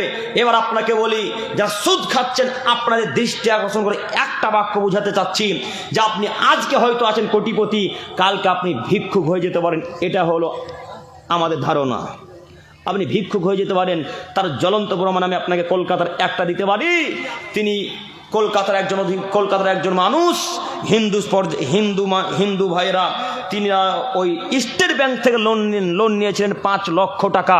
তাছাড়া আরও একটা তাছাড়া আরও একটা পেপার পত্রিকায় খুব নেট দুনিয়ায় ভাইরাল হয়েছিল, দেখেছিলেন? ওই যিনি মুম্বাইয়ের একজন খুব কমেডিয়ান মানুষ, যিনি লোন নিয়েছিলেন, যাকে গ্রেপ্তার করা হয়েছিল। দেখেন তো তিনারা কত কোটিপতি মানুষ, তিনারা কত টাকাওয়ালা মানুষ, তারপর তাকে জেলে যেতে হলো, টাকা পরিশোধ করতে পারলেন না। ঋণের ওই সুদের অপর নাম ভিক্ষুক হওয়া। সুদের অপর নাম কি? ভিক্ষুক হওয়া। অতএব আজকের পর থেকে ভগবান গলা, হোসেননগর, ছক্করনগর, লালগোলা ইত্যাদি ইত্যাদি গ্রামের মানুষ কেউ আজকের পর থেকে আর লোন নিবে না ইনশাল্লাহ, আর সুদ খাবো না ইনশাল্লাহ। পারবো না ইনশাল্লাহ? কিভাবে বলি, সবার বাড়িতে তো লোন চলছে। হ্যাঁ, কিভাবে বলবো আব্দুল করিম ভাই? এখন তো আমার বাড়িতেও বন্ধন আছে, আমি কিভাবে ইনশাল্লাহ বলবো? হ্যাঁ, এই তো আমাদের নীতি। এরাও নাকি জান্নাতুল ফেরদাউসের আশা করে। আশ্চর্য মানুষ, আশ্চর্য, বুঝতে পারলাম না। আল্লাহ নবী বলছেন, কেউ যদি 1 টাকা সুদ জেনে শুনে খায়, 36 বার জেনা করলে যত পাপ হবে তার চাইতে বেশি জেনা হবে 1 টাকা সুদ খেলে। আবু হুরায়রা রাদিয়াল্লাহু তাআলা আনহু বলেন, রাসূল সাল্লাল্লাহু আলাইহি ওয়াসাল্লাম বলেছেন, আর রিবা সাবুনা হুবান, সুদের 70টা স্তর রয়েছে, সুদের 70টা ভাগ আছে। তার মধ্যে সব থেকে ছোট ভাগ, সব থেকে নিম্নতর স্তর, মায়ের সাথে জেনা করলে যেই পাপ হয়। নাউজুবিল্লাহি মিন জালিক। ছি ছি ছি ছি ছি ছি। সুদের সব থেকে নিম্ন পর্যায়ের পাপ কি? মায়ের সাথে বিবাহ করলে যেই পাপ হয়, সব থেকে যে সুদ খেলে সেই পাপ হয়। মায়ের সাথে জেনা করলে যেই পাপ হয়, 1 টাকা সুদ খেলে তার চেয়ে বেশি পাপ হয়। এই হোসেননগরের হাজারো পরিবারে সুদের ব্যবসা চলে, এই ছক্কনগরের হাজারো পরিবারে বন্ধন চলে। বন্ধন চলে না? কথা বলে না, বন্ধন চলে না গো? প্রায় পরিবারে বন্ধন চলে। কে বললে এরা মুমিন মানুষ? কে বললে এরা আল্লাহকে বিশ্বাস করে? এরা আল্লাহকে বিশ্বাস করে না, এরা আল্লাহকে মান্যতা দেয় না। যদি আল্লাহকে মান্যতা দিত তাহলে এরা বন্ধন নিত না। আব্দুল করিম সাহেব, বন্ধন নিব না মানে আমার মেয়ের বিবাহ হবে, আমার মেয়ের বিবাহ যার সাথে লেগেছে সেই ছেলেটা 10 লক্ষ টাকা পৌঁছেছে, আমার মেয়ের যার সাথে বিবাহ হয়ে লেগেছে সেই ছেলেটা 8টের গাড়ি নিবেন, 8টের গাড়ি দাম 1,70,000 টাকা। এখন কেমনে আমি দিই? আমি তো ভ্যান চালাই, আমি তো টাকা দিতে পারি না, তাই বন্ধন নিয়েছি। তো আপনি কি তাকদীরকে অস্বীকার করলেন? হ্যাঁ, আপনি কি তাকদীরকে অস্বীকার করলেন? আপনাকে পরামর্শ দিয়ে বলেছিলাম সেই দিন যে টাকা বাড়িতে নেই, গভীর রাত্রে উঠে গিয়ে 2 রাকাত সালাত আদায় করেন, বেশি নয়। গভীর রাত্রে উঠে যান, যখন মানুষ ঘুমিয়ে আছে, কেউ জেগে নেই। আল্লাহ 7ম আসমানে, আল্লাহ তাআলা এই 1ম আসমানের নিচে নেমে এসেছেন। আল্লাহ 1ম আসমানে নেমে ডাক দিয়ে আদমের ছেলে মেয়েকে বলেন, হে আদমের ছেলে মেয়েরা, কে কোথায় আছো? আমার কাছে আসো, আমি তোমাদেরকে তাই দিয়ে দেবো। যা চাইবে আমি তোমাদেরকে তাই দিয়ে দেবো। কেউ যদি তোমার অসুখ থেকে মুক্তি পেতে চাও, আমি তোমাদেরকে অসুখ থেকে মুক্তি করে দেবো। কেউ যদি তোমরা টাকা পয়সা পেতে চাও, আমি তোমাদেরকে টাকা পয়সা দিব। কেউ যদি তোমরা চাও যে তুমি আমাকে আল্লাহ তাআলা ব্যবসা বাণিজ্যে বারাকা দান করে বরকত দাও, আল্লাহ আমি তাই দিয়ে দেবো। আল্লাহ তাআলা প্রত্যেক রাত্রে এই আসমান, যেই আসমান, যে আকাশ আমরা এখন সচক্ষে দেখতে পাচ্ছি, এই আসমানে ডাক দিয়ে বলেন, কে আল্লাহর কাছে কেঁদেছে? কে আল্লাহর কাছে চাইলো? কে বললো আল্লাহ আমার মেয়ের বিবাহ দিতে পারছি না, তুমি টাকার ব্যবস্থা করে দাও? একদিন আল্লাহর কাছে কান্নাকাটি করে বলেছেন?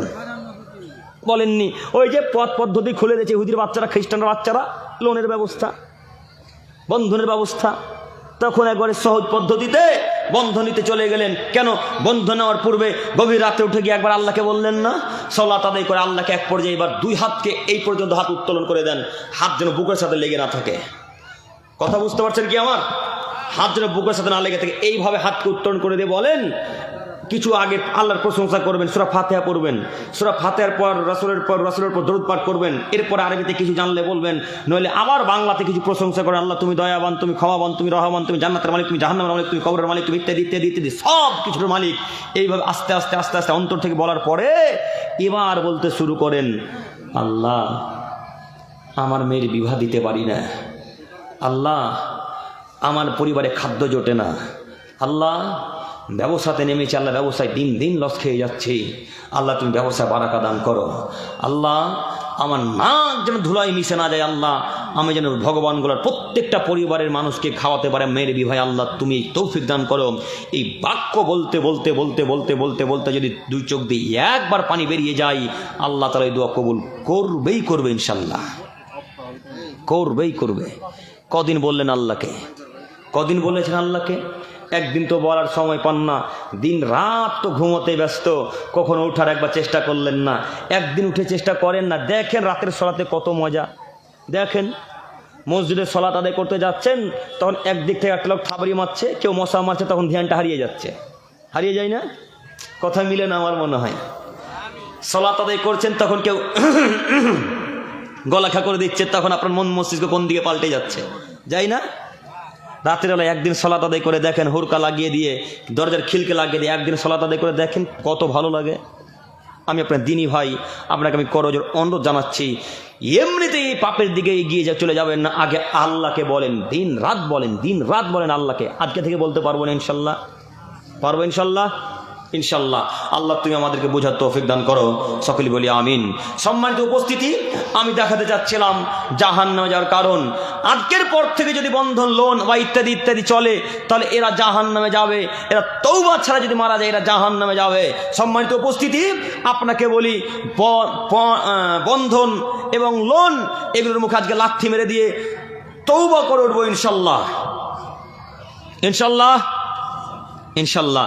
আল্লাহ তুমি এই এলাকার মানুষকে কবুল করো, সকলে বলি আমিন। সম্মানিত দিনী ভাই, ডেলিগেট ফি 40 টাকা, যারা খাবেন চলে যান। আর একটা অফার এলো,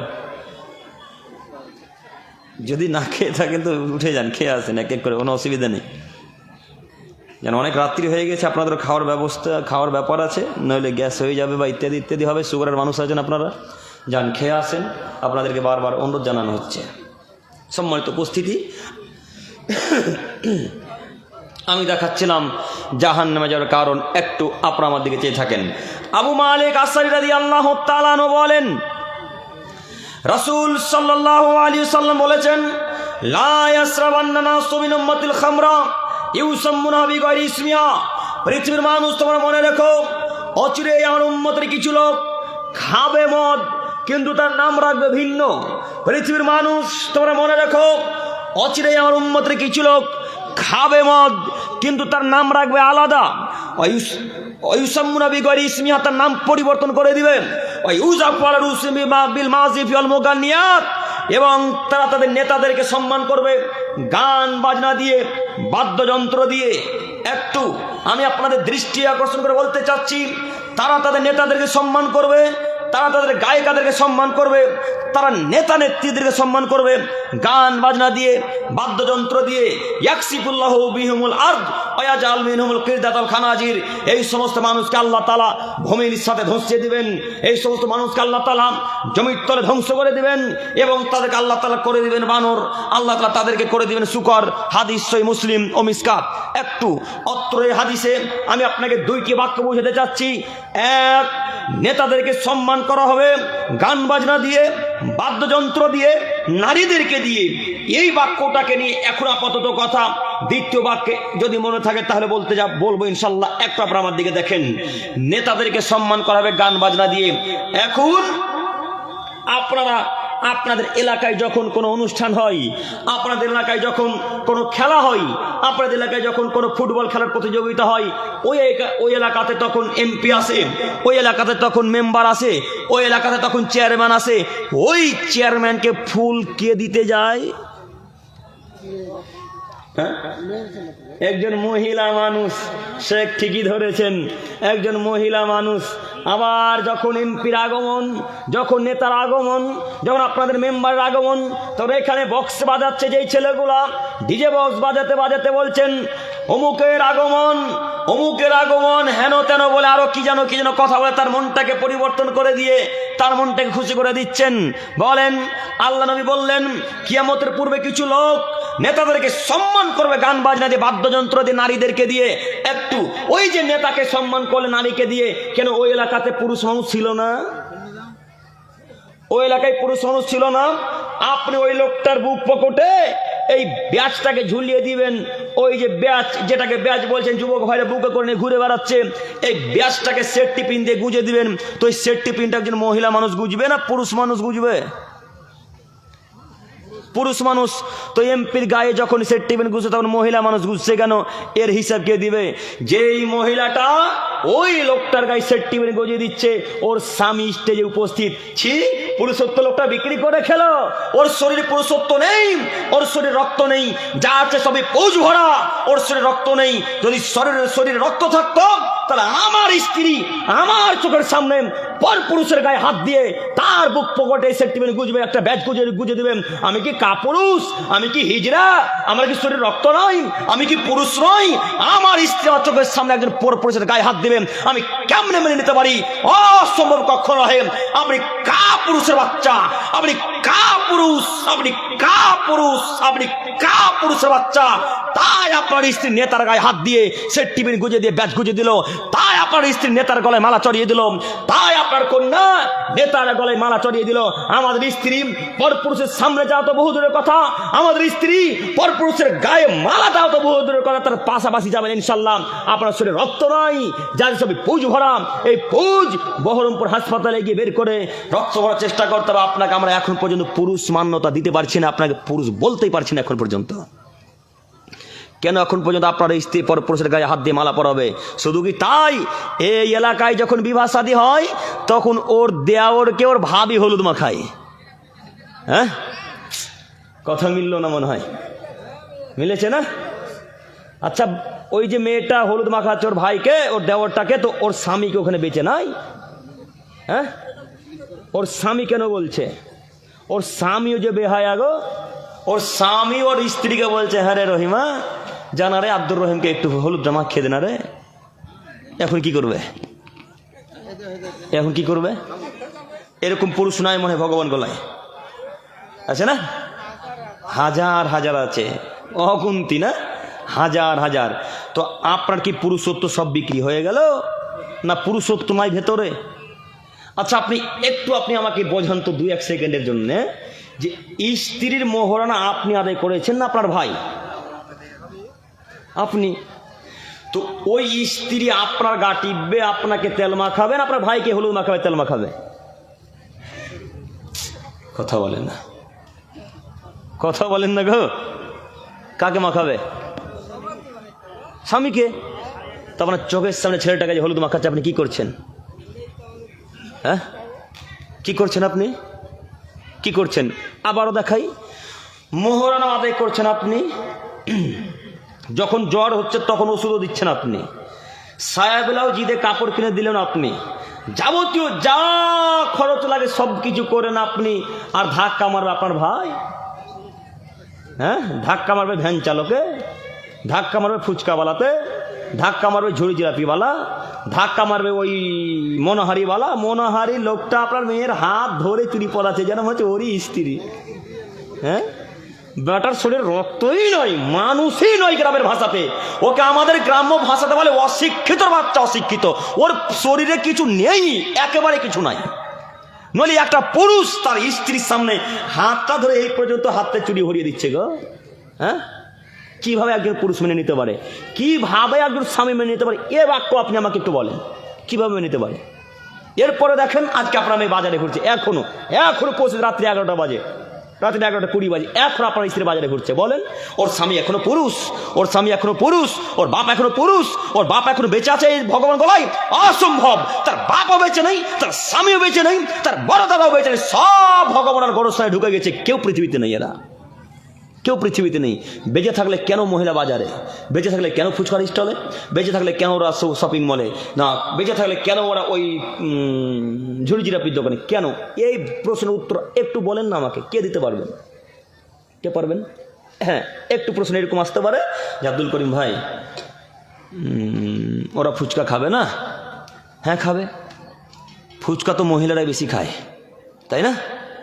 ফুচকা তো মহিলারাই বেশি খায়, খাবে, কথা চূড়ান্ত সত্য।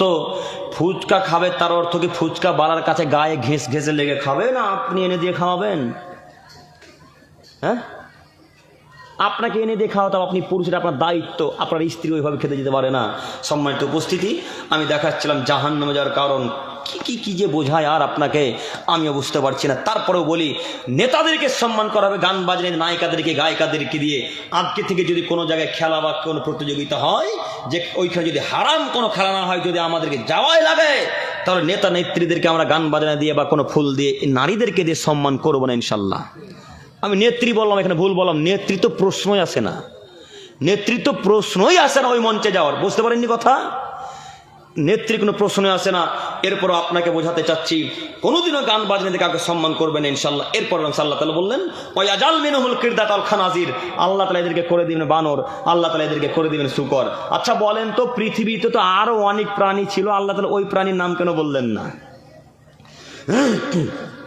আল্লাহ তো বলতে পারতেন তাদেরকে করে দিব আমি গরু ছাগল, তাদেরকে করে দিব আমি ব্যাং সাপ ব্যাং, তাদেরকে করে দেবো আমি বাঘ ভাল্লুক, তাদেরকে করে দেবো আমি তিমি মাছ, তাদেরকে করে দেবো আমি হাঙর মাছ, তাদেরকে করে দেবো আমি কুকুর, তাদেরকে করে দেবো আমি ইত্যাদি ইত্যাদি আর কিছু প্রাণী। তো আল্লাহ তাআলা সব প্রাণীগুলোকে ডান দিকে বাম দিকে নিচের দিকে রেখে দিয়ে শূকরকে আর বানরকে কেন আল্লাহ তাআলা নিয়োগ করলেন? কেন দুইটা নাম নিলেন? একটু আপনাকে বোঝাই কেন নিলেন। বানরই এমন একটা প্রাণী যে মানুষের হুবহু অনুকরণ করতে পারে। বানর শুধুমাত্র বানরই এমন একটা প্রাণী যে মানুষের হুবহু অনুকরণ করতে পারে। কিভাবে? একটু আপনাকে উদাহরণ না দিলে বুঝতে পারবেন না। এই ভগবানগোলা হোসেননগরের মানুষ যখন বাচ্চা ছিল, ছোট ছিল, বা যারা আমাদের বয়সের ছেলে, আমরা দেখেছি বানর খেলা। তো বানরের মালিক বানরকে বলতে, বানর নতুন জামাই আসে কেমন করে রে? তখন বানর হাতে একটা গামছা থাকতো, তখন বানরটা গামছাটাকে মুখে এভাবে দিত। দেখেননি আপনারা কেউ বানর খেলা? দেখেননি শেখ? বানর খেলা দেখেছেন না? মানুষের মতো বানর অনুকরণ করতে পারে। আবার বলতো, এ বানর, এই বলতো নতুন জামাই চলে কেমন করে রে? তখন ধুতিটাকে এক গামছাটাকে পিছন দিক দিয়ে তুলে ধুতিটাকে এখানে গুঁজে পাঞ্জাবিটা ধরে হাঁটতো। জামা পরে আছেন দেখতে, জামা পরে থাকে, ওই জামাটা পরে হাঁটতো। আবার তাকে বলা হতো, এই বানর নতুন বউ চলে কেমন করে রে? তখন একেবারে ঘুমটাটাকে সামনের দিকে টেনে অর্ধেক মুখটাকে ঢেকে চলাচল করতো। এটা হলো বানর। বানর মানুষের হুবহু অনুকরণ করতে পারে। তাই আল্লাহ নবী বানর সাথে তুলনা করলেন কেন? যেই দিন আমার উম্মত একেবারে চাল চলন, উঠা বসা, খাওয়া দাওয়া সব ইহুদি খ্রিস্টান নীতিকে গ্রহণ করে নেবে, সেদিন আমার উম্মত হয়ে যাবে বানর। দেখেন আজকে আপনার চলা ফেরা, খাওয়া দাওয়া, উঠা বসা সব কিছু ইহুদি খ্রিস্টানদের নীতিতে। কোনটা ইহুদি খ্রিস্টানদের নীতিতে করেন না, একটু সেটা বলেন যে এটা করি না। দেখবেন আপনি কোনটা আপনি বাদ দিয়েছেন, কিছুই বাদ দেননি। দেখবেন সামান্য আজকে পাঞ্জাবিটা জামাটা পরে এসেছেন, তাও বাম হাতটা আগে ভরেছেন। ভরেননি বাম হাতটা আগে? কথা বলেন, বাম হাতটা আগে ভরেননি কেন? বাম হাত আগে ভরলেন। আল্লাহ রাসূলের সুন্নাত হলো ডান হাত আগে ভরা। জুতাটা পরছেন তাও আগে বাম পা ভরছেন কেন? আগে ডান পা ভরতে হবে, এটা রাসূলের সুন্নাত। কেন আপনি বাম পা ভরলেন আগে? আপনার চলাফেরা সব ইহুদি খ্রিস্টানদের নীতিতে এত খারাপ হয়ে গেছেন আপনি, আপনার নীতিই খারাপ। তাই আপনাকে আল্লাহ নবী এবং আল্লাহ তাআলা বানরের সাথে তুলনা করলেন। আর শূকরের সাথে তুলনা করলেন কেন? শূকরের সাথে তুলনা করলেন এই জন্যে যে শূকরই এমন একটা প্রাণী যে বিবেচনাহীন খায়। বিবেচনাহীন মানে ও মানুষের মল মূত্র ত্যাগ যা কিছু পাবে সব কিছু খায়, তার নাম শূকর। না পানি নেব না। এটা কি ঈদগাহ ময়দান নাকি? এটা কোন একটা মাঠ। এই মাঠের কোন একটা জায়গাতে আজকে একটা কুকুর মরা বা ছাগল মরা বা মুরগি মরাকে ফেলে দেন। এই মুরগিটাকে ফেলে দিয়ে 2-3 মাস 4 মাস পর দেখেন ওইখানে খুব সুন্দর সুন্দর একবারে চিকন চিকন ঘাস বেরোবে। বেরোয় না? গ্রামের যারা চাষি মানুষ তারা বুঝতে পারবে। বেরোয় না? খুব সুন্দর চিকন চিকন ঘাস বেরোয়। ওই চিকন চিকন ঘাসটার কাছে গরু ছাগলকে নিয়ে যান তো কোশ্চিন কালেও মুখ দেবে না। কোশ্চিন কালে মুখ দাওয়াতে পারবেন? খাবে না। কেন? ও গন্ধতে বুঝে নিয়েছে এটা কোনো প্রাণীর মরাতে হয়েছে, আমার এই খাদ্য খাওয়া চলবে না। ও বুঝলো যে কোনটা ভালো কোনটা মন্দ। কিন্তু শূকর বুঝে না, সোর বুঝে না, সোর প্রাণীটা বুঝে না। আল্লাহর নবী তাই শুকরের সাথে মানুষকে তুলনা করলেন, যেদিন আমার উম্মত বিবেচনাহীন খাবে সেদিন আমার উম্মত হয়ে যাবে শুকর। দেখেন আজকে মানুষ বিবেচনাহীন খাচ্ছে কিনা। মানুষ আজকে বিড়ি, মদ, গুল, গুটকা, গাঁজা, হিরোইন, ইয়াবা, তিরঙ্গা, ফেন্সিডেল ইত্যাদি ইত্যাদি সব কিছু খাই। বলেন এটা বিবেচনা করলো? বললেন এরা বিবেচনা করলো? তাই তো আল্লাহ নবী এদেরকে শুকরের সাথে তুলনা করলেন। আপনাদেরকে এখনো বুঝাতে পারিনি, এখনো বুঝতে পারেননি না? হোসেননগর মাঠপাড়া জুম্মা মসজিদের আর্থিক উন্নতিকল্পে বিরাট ধর্মীয় জালসা, বিরাট ধর্মীয় জালসা। আচ্ছা, এইবার একেবারে অন্তরে ঈমান নিয়ে বলবেন, আল্লাহি আল্লাহর কসম করে এইখানে এখন বসে আছেন, আপনাদের পকেটে বিড়ি নাই? খুব কঠিন হয়ে গেল। বিড়ি নাই না?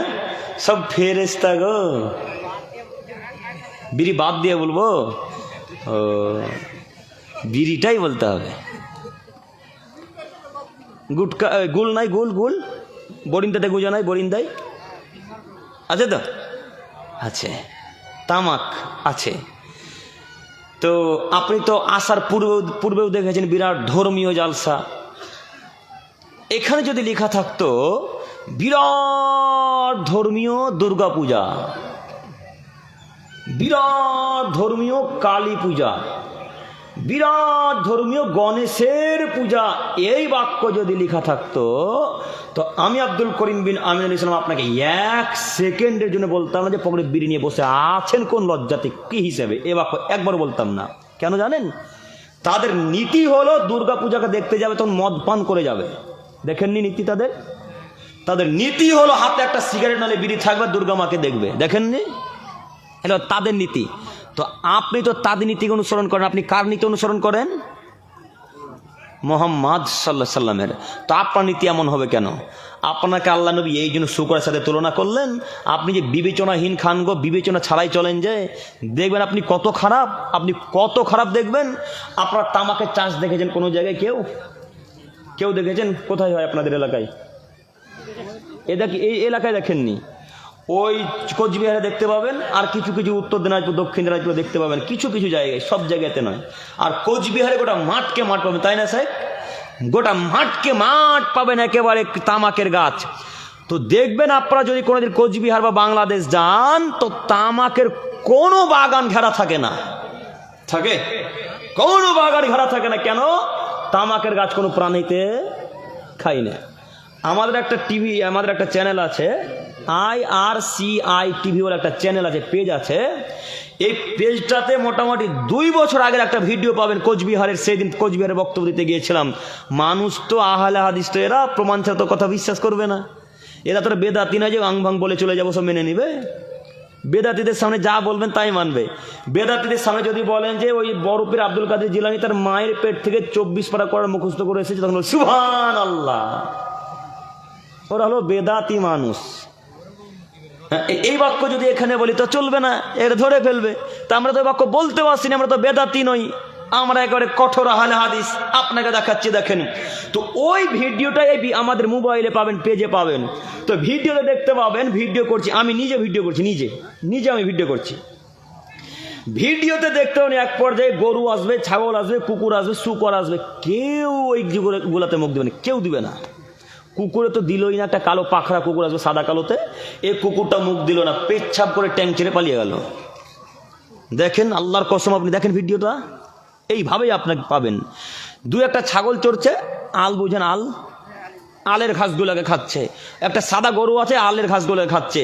দূরে দেখলাম একটা শুকর, ভিডিওতে তেমন বোঝা যায় না, কিন্তু বুঝতে পারছি সচক্ষে শুকর।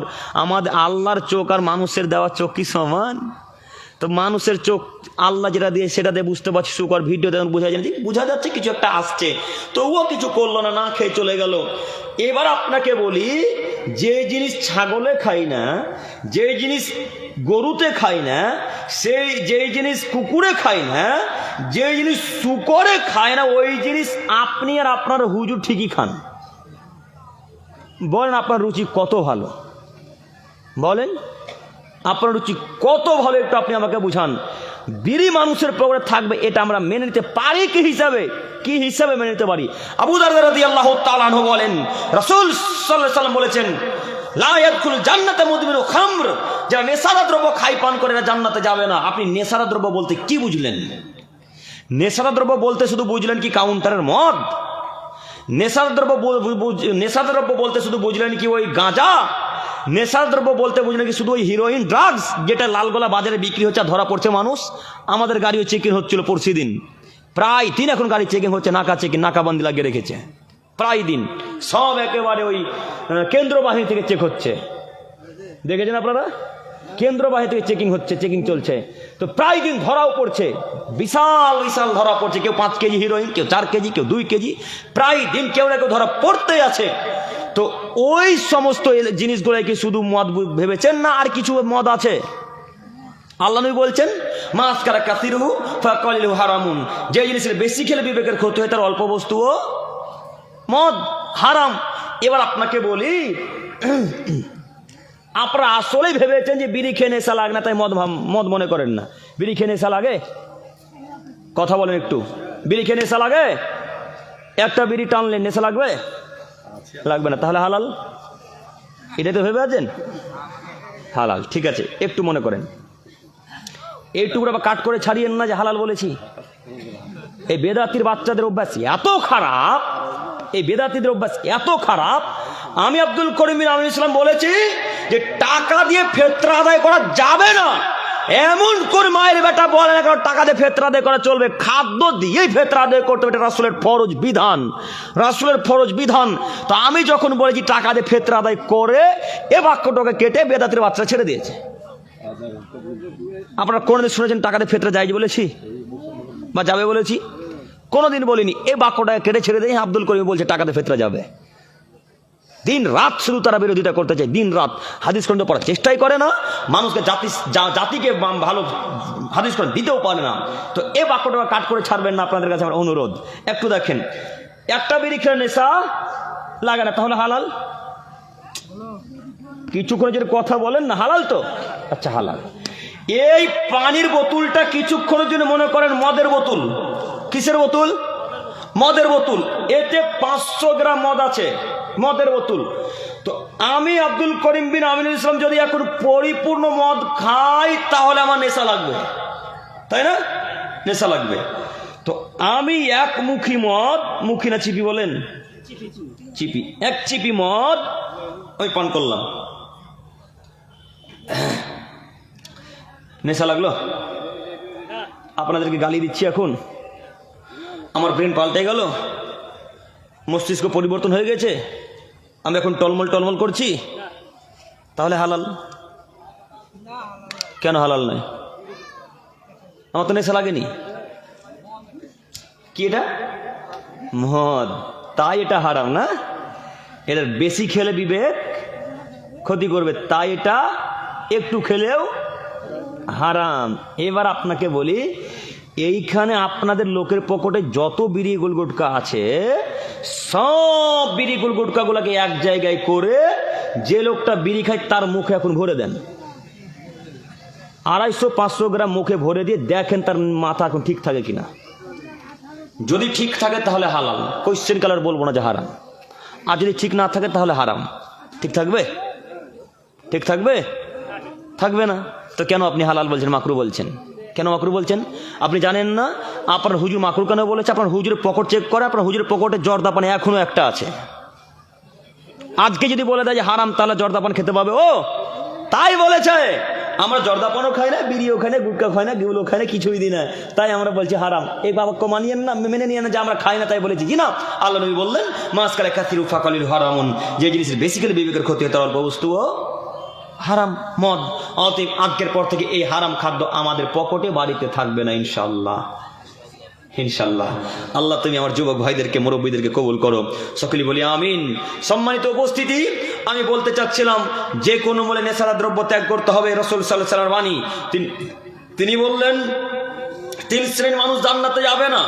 আম্মার ইবনে ইয়াসির রাদিয়াল্লাহু তাআলা আনহু বলেন, রাসূল সাল্লাল্লাহু আলাইহি সাল্লাম বলেছেন সালাসাতুন লা ইয়াদখুলুনাল জান্নাতা আবাদা, 3 শ্রেণীর মানুষ জান্নাতে যাবে না, কখনোই না। আবাদা অর্থ ব্যবহার করেছেন আল্লাহ নবী। তবে আমি এইখানে একটা কথা আপনাকে বোঝাতে চাচ্ছি, আল্লাহর দয়ার অভাব নেই, দয়া দিয়ে আল্লাহ যদি আপনাকে জান্নাত দেয় সেটা ভিন্ন বিষয়, তবে রাসূল সাল্লাল্লাহু আলাইহি সাল্লাম যে বাক্য এখানে ব্যবহার করেছে সে বাক্য আপনাকে দেখাচ্ছি আবাদার অর্থ কখনো কোনো সময়ের জন্য নয়। আল্লাহ বলছেন 3 শ্রেণীর মানুষ জান্নাতে যাবে না, তার 1 শ্রেণীর মানুষ মুদমিনুল খামর, যারা নেশার দ্রব্য খাই পান করে এরা জান্নাতে যাবে না। যারা নেশার দ্রব্য খাই পান করে জান্নাতে যাবে না। 2 আর-রাজুলাতু মিনান নিসা, পুরুষের বেশধারী নারী জান্নাতে যাবে না। 3 আদ-দায়ুস আল্লাযী ইউকিররু ফি আহলিহিল খাবাস, বাড়িতে যারা বেহায়াপনা সুযোগ দেয় তারা জান্নাতে যাবে না। এই 3টি বাক্যের তৃতীয় বাক্য নিয়ে আমি এখন বলতে চাচ্ছি দায়ুস কাকে বলে। একটু আমার দিকে চেয়ে থাকেন। দায়ুসের খাতা থেকে যদি নাম কাটাতে না পারেন, তাহাজ্জুদ, 5 ওয়াক্ত সালাত, হজ, যাকাত, দান খায়রাত করে কিছু পরকালে লাভ আসবে না। দায়ুসকে যার পরিবারে বেহায়াপনা চলে সে, দায়ুসকে যে পুরুষ বেঁচে আছে তারপরে তার স্ত্রী বেহায়া হয়ে বেশ্যালয়ের পতিতালয়ের মেয়েদের মতো ঢং ঢং ঢং ঢং করে বাজারে যায়, ঢং ঢং ঢং ঢং করে বাড়ি চলে আসে, সে দায়ুস। দায়ুসকে যে পুরুষ বাড়িতে বেঁচে আছে উপস্থিত, এরপরে তার স্ত্রী খোলামেলা টিউবওয়েলে উলঙ্গ হয়ে খোলামেলা ময়দানে খোলামেলা পুকুরে গোসল করে আর পাড়া প্রতিবেশী দেখে, সে দায়ুস। দায়ুসকে যার পরিবারে গান বাজনা বাজে সে, দায়ুসকে যে পরিবারে টিভি সিরিয়াল চলে সে, দায়ুসকে যে পরিবারের ছেলেরা সালাত আদায় করে না সে, দায়ুসকে যে পরিবারের মেয়ে সালাত আদায় করে না সে, দায়ুসকে যে পরিবারের মেয়েরা বোরখা ছাড়া চলাচল করে সে। আপনাকে বুঝাতে পারলাম দায়ুস কারা। এরপর থেকে আজকের পর থেকে আমাদের মা বোন বিনা বোরখায় চলবে না ইনশাল্লাহ। আমাদের মা বোন আজকের পর থেকে রাস্তাঘাটে উলঙ্গ হয়ে থালা বাসন মাজবে না, গোসলও করবে না ইনশাল্লাহ। ইনশাল্লাহ ইনশাল্লাহ। সাথে সাথে আরও একটা কথা মনে রাখবেন, আমাদের ধ্বংসের আরও একটা সব থেকে যেটা বড় কারণ, জাহান্নামে যাওয়ার আরও একটা বড় কারণ হচ্ছে গান বাজনায় আসক্ত থাকা, লিপ্ত থাকা। আজকে অধিকাংশ যুবক, শুধু যুবক নয় বৃদ্ধরাও গান বাজনা থেকে বিরত থাকতে পারে না। শুধু যুবক নয় বৃদ্ধরাও গান বাজনা থেকে বিরত থাকতে পারে না। কিভাবে? আমার চাচা চা পান করতে যাবে সকালবেলায়, তো চায়ের দোকানে একটা বড় এলসিডি আছে বা টিভি আছে, ওই টিভিতে ল্যাংটামের পতিতলার বেশ্যারা মেয়েরা ডান্স করছে, আর আমার চাচা তাহাজ্জুদের সালাত আদায় করে ফজরের সালাত আদায় করে ল্যাংটা মেয়েকে দেখছে। বলেন চাচা, তখন আপনি মুমিন? চলে না চায়ের দোকানে টিভি? চলে না এলাকায়? চলে। আপনাকে কোনো একদিন ছক্কনগর আলোচনাতে বলেছিলাম যে চায়ের দোকান হচ্ছে একটা জেনার আড্ডাখানা। চায়ের দোকান জেনার আড্ডাখানা। কোনো একদিন ছক্কনগরে এসেছিলাম যত সময় 2023-এ, এই কথার বিরোধিতা আপনি করেছিলেন। আপনি আমার বিরোধিতা করলেই কি না করলেই কি আপনি দেখেন আমার কথা মিলিয়ে চায়ের দোকান জেনার আড্ডাখানা কিনা। দিন রাত সেখানে টিভি সিরিয়াল চলে, আর বিশেষ করে বৃদ্ধরা সেখানে বসে চক্ষু ঠান্ডা করে। বলেন ওই চায়ের দোকানের মালিক টিভি চালিয়ে এই লোকগুলোকে যত পাপি করলো, এই লোকগুলো যত পাপি, যে লোকটা টিভি চালাচ্ছে সে লোকটা একাই তত পাপি। ঠেকান পাপ কিভাবে ঠেকাবেন? এখন শরীরের ক্ষমতা থাকলে সব পাপ করা যায়, ক্ষমতা থাকলে সব কিছু করা যায়, কিন্তু কিয়ামতের মাঠে টিকা যায় না। কেন ক্ষমতা দেখালেন? সেদিন আপনি ক্ষমতা দেখিয়ে বলেছিলেন কেন যে চায়ের দোকানকে আড্ডাখানা বললেন জেনার। জি আজকে আবারও বলছি হোসেননগরের চায়ের দোকান গিবদের আড্ডাখানা, জেনার আড্ডাখানা। আপনি বাক্য মিলিয়ে দেখেন, বাক্য না মিললে মাটির তলে কথাকে পুঁতে দেন, তাতে কোনো যায় আসে না। সম্মানিত উপস্থিতি, আমি বলতে চাচ্ছিলাম আমার মুরব্বী সাহেব চাচাদেরকে বলছি, গান বাজনা থেকে যে কোনো মূল্যে বিরত থাকবেন ইনশাল্লাহ। এবার চলে আসি যুবক ভাইদেরকে নিয়ে। এই ভাই রে, সামান্য ঈদের দিন তুমি একটা ফটো তুলেছো ভাই, তো ওই ফটোটা যখন ফেসবুকের স্টোরিতে পোস্ট করবে তখন সেই স্টোরিতে গান বাজনা লাগাতে হবে। হ্যাঁ, স্টোরিতেও গান বাজনা দিতে হবে। তোমার স্টোরিতে যদি এখন 20,000 মানুষ দেখতো, 20,000 মানুষ যত পাবে, তুমি যে একাই তত পাবি গো। তোমার অজান্তে তুমি পাপ করে বসে থাকছো, তুমি বুঝতেই পারো না। তুমি একটা ফেসবুকে ভিডিও দেখছিলে, ল্যাংটামের পতিতলের মেয়েদের ভিডিও দেখছিলে, আর উপরে লেখা আছে শেয়ার করো, তাই তুমি খুব দয়াবান মানুষ, খুব নরম দিলের মানুষ, লেখাটা দেখে শেয়ার করে দিলে বেটা। আর তোমার শেয়ার করার পর 20,000 মানুষ দেখলো, তোমার শেয়ারে 20,000 মানুষ যত পাপি, তুমি একাই তত পাপি। একবার এইভাবে চিন্তা পরিকল্পনা করেছেন আপনারা কেউ? আপনারা গান বাজনা শেয়ার করেন না ফেসবুকে? করেন না? না করে না, দেখছেন বলছে করে না। ওর ফেসবুকের প্রোফাইল পিকচার দেখে মনে হচ্ছে এখনই মক্কা থেকে হজ করে এলো। আর প্রোফাইলের ভেতরে ঢুকলে শুধু হাওড়া শিয়ালদা, শুধু হাওড়া শিয়ালদা, শুধু হাওড়া শিয়ালদা, গান বাজনা একেবারে পরিপূর্ণ লোড হয়ে আছে, ভর্তি হয়ে আছে। বলেন কি দেখাতে চাচ্ছেন আপনি? আল্লাহ নবী বললেন, ও আল্লাহ তাআলা বলেন, অমিনা নাসি মাইয়াশতারিল্লাহুল হাদিস লিউদিল্লান সাবিলিল্লাহ বিগাইরি ইলম। পৃথিবীর মানুষ মনে রাখো, পৃথিবীতে কিছু মানুষ থাকবে, কিছু লোক থাকবে যারা মানুষকে পথভ্রষ্ট করার জন্য গান বাজনা লিপ্ত থাকবে, ব্যস্ত হয়ে থাকবে, মানুষকে পথভ্রষ্ট করবে। মনে রাখা ভালো হবে যুবক, তুমি যে ভিডিও শেয়ার করেছো এটা গান বাজনা ল্যাংটা প্রতিটা মেয়েদের ভিডিও, ভালো কিছু শেয়ার করো, তোমার শেয়ারে যত লোক দেখবে ওরা যত নেকি পাবে, তুমিও ঠিক তত নেকি পাবে। এই বাক্য বলে আমি তোমাকে আবার অনুরোধ জানাতে চাচ্ছি যে গান বাজনা থেকে যে কোনো মূল্যে আমরা বিরত থাকবো ইনশাল্লাহ। সাথে সাথে ইনস্টাগ্রাম, টুইটার, ফেসবুক, ইউটিউব, আরও অনলাইনের ইত্যাদি ইত্যাদি যত মাধ্যম রয়েছে, এই মাধ্যমে গান বাজনা দেখা থেকে বিরত থাকবে ইনশাল্লাহ। সম্মানিত উপস্থিতি, আপনাকে একদিন বলেছিলাম মোবাইল দিয়ে জান্নাত কিনা যায়, আবার ওই মোবাইল দিয়ে জাহান্নামও কিনা যায়। মোবাইল দিয়ে জান্নাত যেমন কিনা যায়, মোবাইল দিয়ে জাহান্নামও কিনা যায়। তবে অধিকাংশ যুবক যারা জাহান্নামে যাবে, তারা অধিকাংশ মানুষই মোবাইলের কারণে মনে হয় জাহান্নামে যাবে, এটা আমাদের ধারণা। কেন? 20, 30, 40 বছর আগে যত মানুষ পাপ করছিল বা পাপী ছিল, এই পাপ, গোপনের পাপ এত মানুষ 20, 30 বছর আগে করতো না, তাই না শেখ? 20, 30 বছর আগে এত গোপন পাপ হতো না, এত পরিস্থিতি ছিল না। মানুষ এখন যত গোপন পাপে লিপ্ত হচ্ছে, এত পাপ মানুষ আগে করেন কিভাবে? আপনি ঘরের দরজাকে, কপাটকে, জানলাকে লাগিয়ে দিয়ে লেপের তলায় মুখ ঢেকে নিয়ে ব্লু ফিল্ম দেখতে শুরু করলেন। এই ভিডিও আগেকার মানুষ দেখতে পেত না। মোবাইল নেই, কি থেকে দেখবে? টিভিতে রিচার্জের ব্যবস্থা নেই, কি থেকে দেখবে? এখন টিভিতেও নেট মারা হয়, রিচার্জ করা হয়, যা চাইছে এখন তাই পেয়ে যাচ্ছেন। বলেন, এই যে গোপন পাপ বেড়েছে না কমেছে? বেড়েছে। মানুষ পাপ এত হবে এটা আগে কল্পনা করেনি। তাই যুবক তোমাকে বলছি, মোবাইলটা সঠিক কাজে ব্যবহার করো। মোবাইলে তুমি দিন রাত কারো বক্তব্য শেয়ার করো না, দিন রাত কোরআন তেলাওয়াত শেয়ার করো, নইলে ভালো কিছু লেখার চেষ্টা করো। তুমি তো ভালো ছাত্র, তুমি তো টপ স্টুডেন্ট, তুমি তো কিছু জানো, তোমার রাইটিং ভালো, তোমাকে আমি বুঝি, তো তুমি কিছু ভালো কিছু লেখো। যেই পড়া লিখে জাতির কিছু উন্নয়ন হবে, জাতি কিছু বুঝবে, জাতি কিছু মানবে, এরকম কিছু শিক্ষণীয় পোস্ট করো যুবক। আজকের পর থেকে খারাপ কিছু পোস্ট করব না, আজকে তওবা করলাম ইনশাল্লাহ। আল্লাহ তুমি আমাদের যুবক ভাইদেরকে কবুল করো, সকলে বলি আমিন। সম্মানিত উপস্থিতি, বলছিলাম জাহান্নামে যাওয়ার কারণ দেখা দিকে এত দূর চলে আসছি। আল্লাহ তুমি আমাদের সকলকে জাহান্নামে যাওয়ার কারণ সম্পর্কে বুঝার সঠিক জ্ঞান দান করো, তৌফিক দান করো, সকলে বলি আমিন। সম্মানিত উপস্থিতি, এবার আমরা চলে আসি যুব সমাজ ধ্বংসের, জাহান্নামে যাওয়ার আরো একটি কারণ হচ্ছে এই দুনিয়ার জীবনকে প্রাধান্য দেওয়া।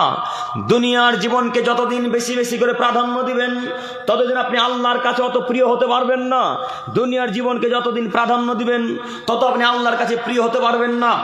এই বাক্য বলে আপনাকে বলতে চাচ্ছি, আজকের পর থেকে যদি পৃথিবীতে বেঁচে থাকতেই হয়, যদি আল্লাহ তাআলা পৃথিবীতে 20 বছর আয়ু দেয়, যদি আল্লাহ তাআলা পৃথিবীতে 20 বছর আয়ু দেয়, যদি আল্লাহ তাআলা পৃথিবীতে 30 বছর জীবনী দেয়, এই 30 বছর জীবনীতে আল্লাহর মন জয় লাভ করে এহকাল ছেড়ে পরকালে পাড়ি দিতে হবে। কেন? আল্লাহ তাআলা বললেন, বাল তুসিরুনাল হায়াতাদ দুনিয়া, পৃথিবীর মানুষ তোমরা দুনিয়ার জীবনকে, পৃথিবীর জীবনকে অগ্রাধিকার দিলে, প্রাধান্য দিলে, ওয়াল আখিরাতু খায়রুন ওয়া আবকা, অথচ পরকাল তোমাদের জন্য অতীব উত্তম ও চিরস্থায়ী। পৃথিবীর মানুষ দুনিয়ার জীবনকে এত ভালোবেসো না, পৃথিবীর মানুষ দুনিয়ার জীবনকে তোমরা এত ভালোবেসো না, দুনিয়ার লোভ লালসায় পড়ে, দুনিয়ার মোহে পড়ে তোমরা এত ভালোবেসে তোমরা আল্লাহকে ভুলে যেও না। কেন? পরকাল তোমাদের জন্য চিরস্থায়ী, অতীব উত্তম। এই দুনিয়া হচ্ছে 40 বছরের জন্যে, এই দুনিয়া হচ্ছে 60 বছরের জন্যে, এই দুনিয়া হচ্ছে 70 বছরের জন্যে, আর পরকাল হচ্ছে যুগ যুগ যুগ যুগ যুগ যুগ ধরে। আল্লাহ তাআলা ছাড়া কেউ জানে না সেখানে আপনি কতদিন বসবাস করবেন, এটা আল্লাহ ব্যতীত কেউ জানে না। অতএব আপনারা, আমি দৃষ্টি আকর্ষণ বলতে চাচ্ছি, পরকালের জন্য কিছু অর্জন করেন, দুনিয়ার ভালোবাসা ত্যাগ করেন, দুনিয়াকে এত পছন্দ করিয়েন না। আল্লাহ নবী বললেন, পৃথিবীর মানুষ মনে রেখো, তোমাদের মধ্যে যদি কোনো মানুষ এই বিশাল সাগরে, বিশাল সমুদ্রে যদি এই আঙুলটাকে ডুবিয়ে দেয়, একটু দুনিয়ার মূল্য আপনাকে দেখাচ্ছি, যেই দুনিয়াকে এত ভালোবাসছেন, যেই দুনিয়ার জন্য মানুষকে হত্যা করছেন, যেই দুনিয়ার জন্য আপনি মানুষকে কেটে ফেললেন, যেই জমি জায়গার জন্য মাকে হত্যা করলেন, যেই জমি জায়গার জন্য বাপকে হত্যা করলেন ভুট্টার জমিতে, এই দুনিয়ার মায়া মহব্বত ত্যাগ করতে আপনাকে দেখাচ্ছি। দেখেন, আল্লাহ নবী বললেন, এই সঙ্গী সাথীগণ শোনো, তোমাদেরকে দুনিয়ার মূল্য দেখাচ্ছি। তোমাদের মধ্যে যদি কোনো মানুষ সমুদ্র বা সাগরের কোনো মধ্যে গিয়ে এই আঙুলকে ডুবিয়ে দেয়, আঙুলকে ডুবিয়ে দেওয়ার পর ওই ব্যক্তি আঙুলকে তুলুক, আঙুলকে তুলে দেখার পর তার ডগাতে, তার আঙুলের মাথাতে দেখুক, লক্ষ্য করে সে মাথাতে কতটুকু পানি জমে আছে, সে মাথাতে কতটুকু পানি লেগে আছে, সে মাথাতে কতটুকু জল আছে। ওই জল যতটুকু আছে এর চাইতেও আল্লাহ তাআলার কাছে পৃথিবীর মূল্য কম। এই পানির মূল্য যত আপনার কাছে, তার চাইতে হাজারো গুণ আল্লাহ তাআলা এই পৃথিবীকে ঘৃণা করেন, এই পৃথিবীকে মূল্য দেন না, তিনি পৃথিবীর কোনো দামই রাখেন না, পৃথিবীর কোনো মূল্যায়ন করেন না। আল্লাহ নবী বললেন, পৃথিবীর মানুষ তোমরা মনে রেখো, তোমাদের কাছে যদি একটা কানকাটা ছাগল দেওয়া হয়, তোমরা কি কেউ ক্রয় করবে? এই সাহাবায়ে কেরামগণ, এই যে কানকাটা ছাগলটা, বাচ্চা ছাগলটা, তোমরা কি কেউ ক্রয় করবে? এই মৃত প্রাণী ছাগলটা কি কেউ ক্রয় করবে? তখন তারা বললেন, না, আমরা দিরহামের বিনিময়ে কেন নেব? যদি কেউ এমনি দিয়ে দেয় তাও আমরা নিব না। তখন আল্লাহ নবী বললেন, শোনো শোনো শোনো শোনো শোনো, এই মৃত কানকাটা মরা ছাগলটা তোমার কাছে যত ঘৃণা, তোমার কাছে মৃত মরা কানকাটা ছাগলটা যত নোংরা, তার চাইতে আল্লাহর কাছে পৃথিবী অনেক অনেক অনেক বেশি নোংরা, অনেক বেশি ঘৃণা। বলেন আপনি কেন পৃথিবীকে এত ভালোবাসলেন? কেন এত ভালোবাসলেন? পৃথিবীকে ভালোবাসতে বাসতে বাসতে আপনি মাকে হত্যা করলেন, আব্বুকে কেটে ফেললেন জমি জায়গার জন্যে, আর দিনরাত তো ভাই বোনের সাথে ঝগড়া লেগেই আছে, তাই না? লেগে আছে দিন রাত। তো দুনিয়ার প্রতি মায়া মহব্বত ত্যাগ না করলে আপনি পরকালে লাভবান হতে পারবেন না। আচ্ছা, কিছুক্ষণের জন্য মনে করলাম যে আপনার বাপ 1 শতক জমি আপনার ছোট ভাইকে বেশি দিয়েছে, তো আপনি কি ভিক্ষুক হয়ে গেলেন? হ্যাঁ, আপনি কি ফকির হয়ে গেলেন? তো কেন মারপিট লাগালেন? কেন মারপিট লাগালেন? যদি দুনজরই আব্বু করে থাকে, যদি আপনার আব্বু আপনার উপর অন্যায় অবিচার করে থাকে, তার হিসাব তো সেইখানে হবে, আপনি তো ওখানে পাচ্ছেন। তবে এইখানে কেন নেওয়ার জন্য ব্যস্ত হয়ে গেলেন? এইখানে মারপিট করতে শুরু করলেন কেন? বাপকে হত্যা করে বসলেন। আশ্চর্য, মানুষ নিজের বাপকে হত্যা করবে, এটা কিয়ামতের পূর্ব লক্ষণ। আপনাদের হোসেননগর এরকম ঘটেছে কিনা জানি না। আমরা যখন ঝাড়খণ্ডে পড়তাম 2018 সালে, 2018 কি 19, 2018 কি 19 সঠিক মনে পড়ে না, আমরা পড়ি এই মাদ্রাসার আসে কাছাকাছি এরকম জায়গায়, আর হত্যা হচ্ছে মোটামুটি এখান থেকে 1 কিলোমিটার দূরে। বাপ বেটাতে ঝগড়া, নিজের বেটা বাপের বুকের উপর চেপে ছোড়া চালিয়া করে বুককে দ্বিখণ্ডিত করে দিয়েছে। আমাদের নিজের চোখে দেখা। জঙ্গিপুর হসপিটালে পোস্টমর্টম করা হলো, তারপরে এসার পর মাটি দেওয়া হলো, আমরা সেখানে উপস্থিত।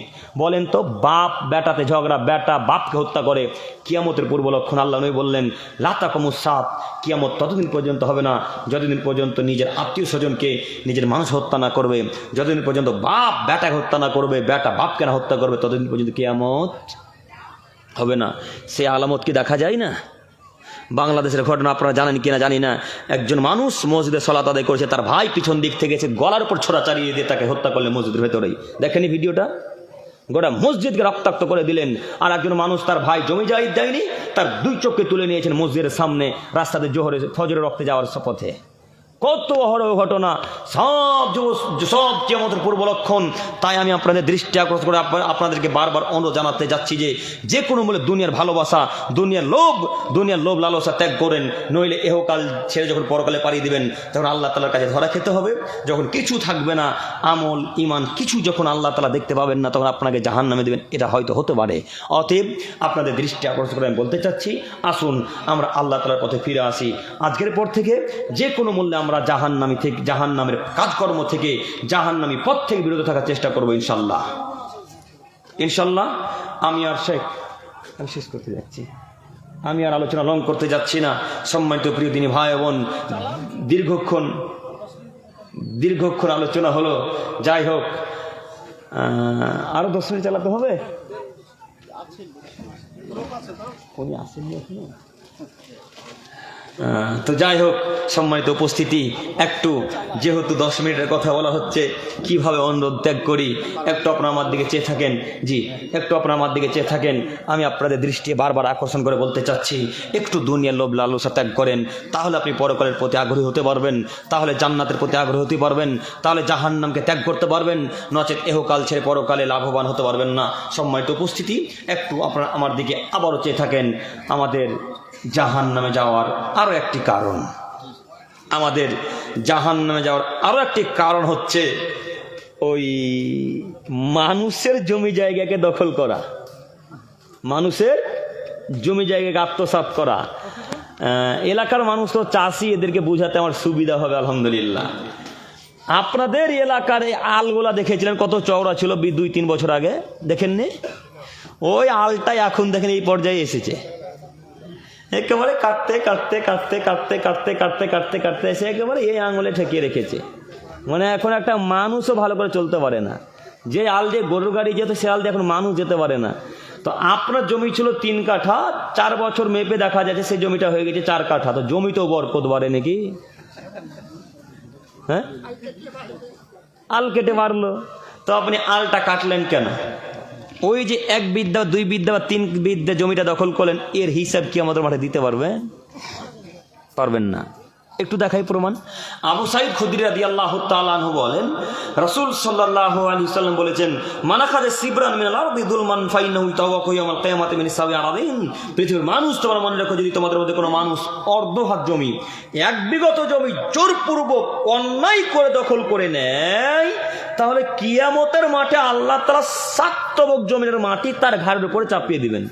7 তবক জমিনের মাটি। আসমান যেমন 7টা, জমিনও তেমন 7টা জমিনের মাটি আল্লাহ তাআলা আপনার ঘাড়ের উপর চাপিয়ে দিয়ে আল্লাহ বলবেন, হাত্তা ইউকজা বাইনান নাস, আপনি এখন চলতে থাকেন ইলা ইয়াউমিল কিয়ামা, মানুষের বিচার যতদিন শেষ না হচ্ছে, কিয়ামতের শেষ দিবস পর্যন্ত। এখন বলেন, আল্লাহ যদি একদিন 7 তবক জমিনের মাটি আপনার ঘাড়ের উপর চাপাই, তো কত বছর মাটিটা ঘাড়ের উপর থাকবে? 50,000 বছর। কেন? কিয়ামতের একটা দিন হবে কত হাজার বছরের সমান? 50,000 বছরের সমান। তাহলে 2 দিন যদি আল্লাহ ঘাড়ে মাটিটা চাপিয়ে রাখে, তাহলে কতদিন থাকলো মাটিটা ঘাড়ের উপরে? 1 লক্ষ বছর যাবত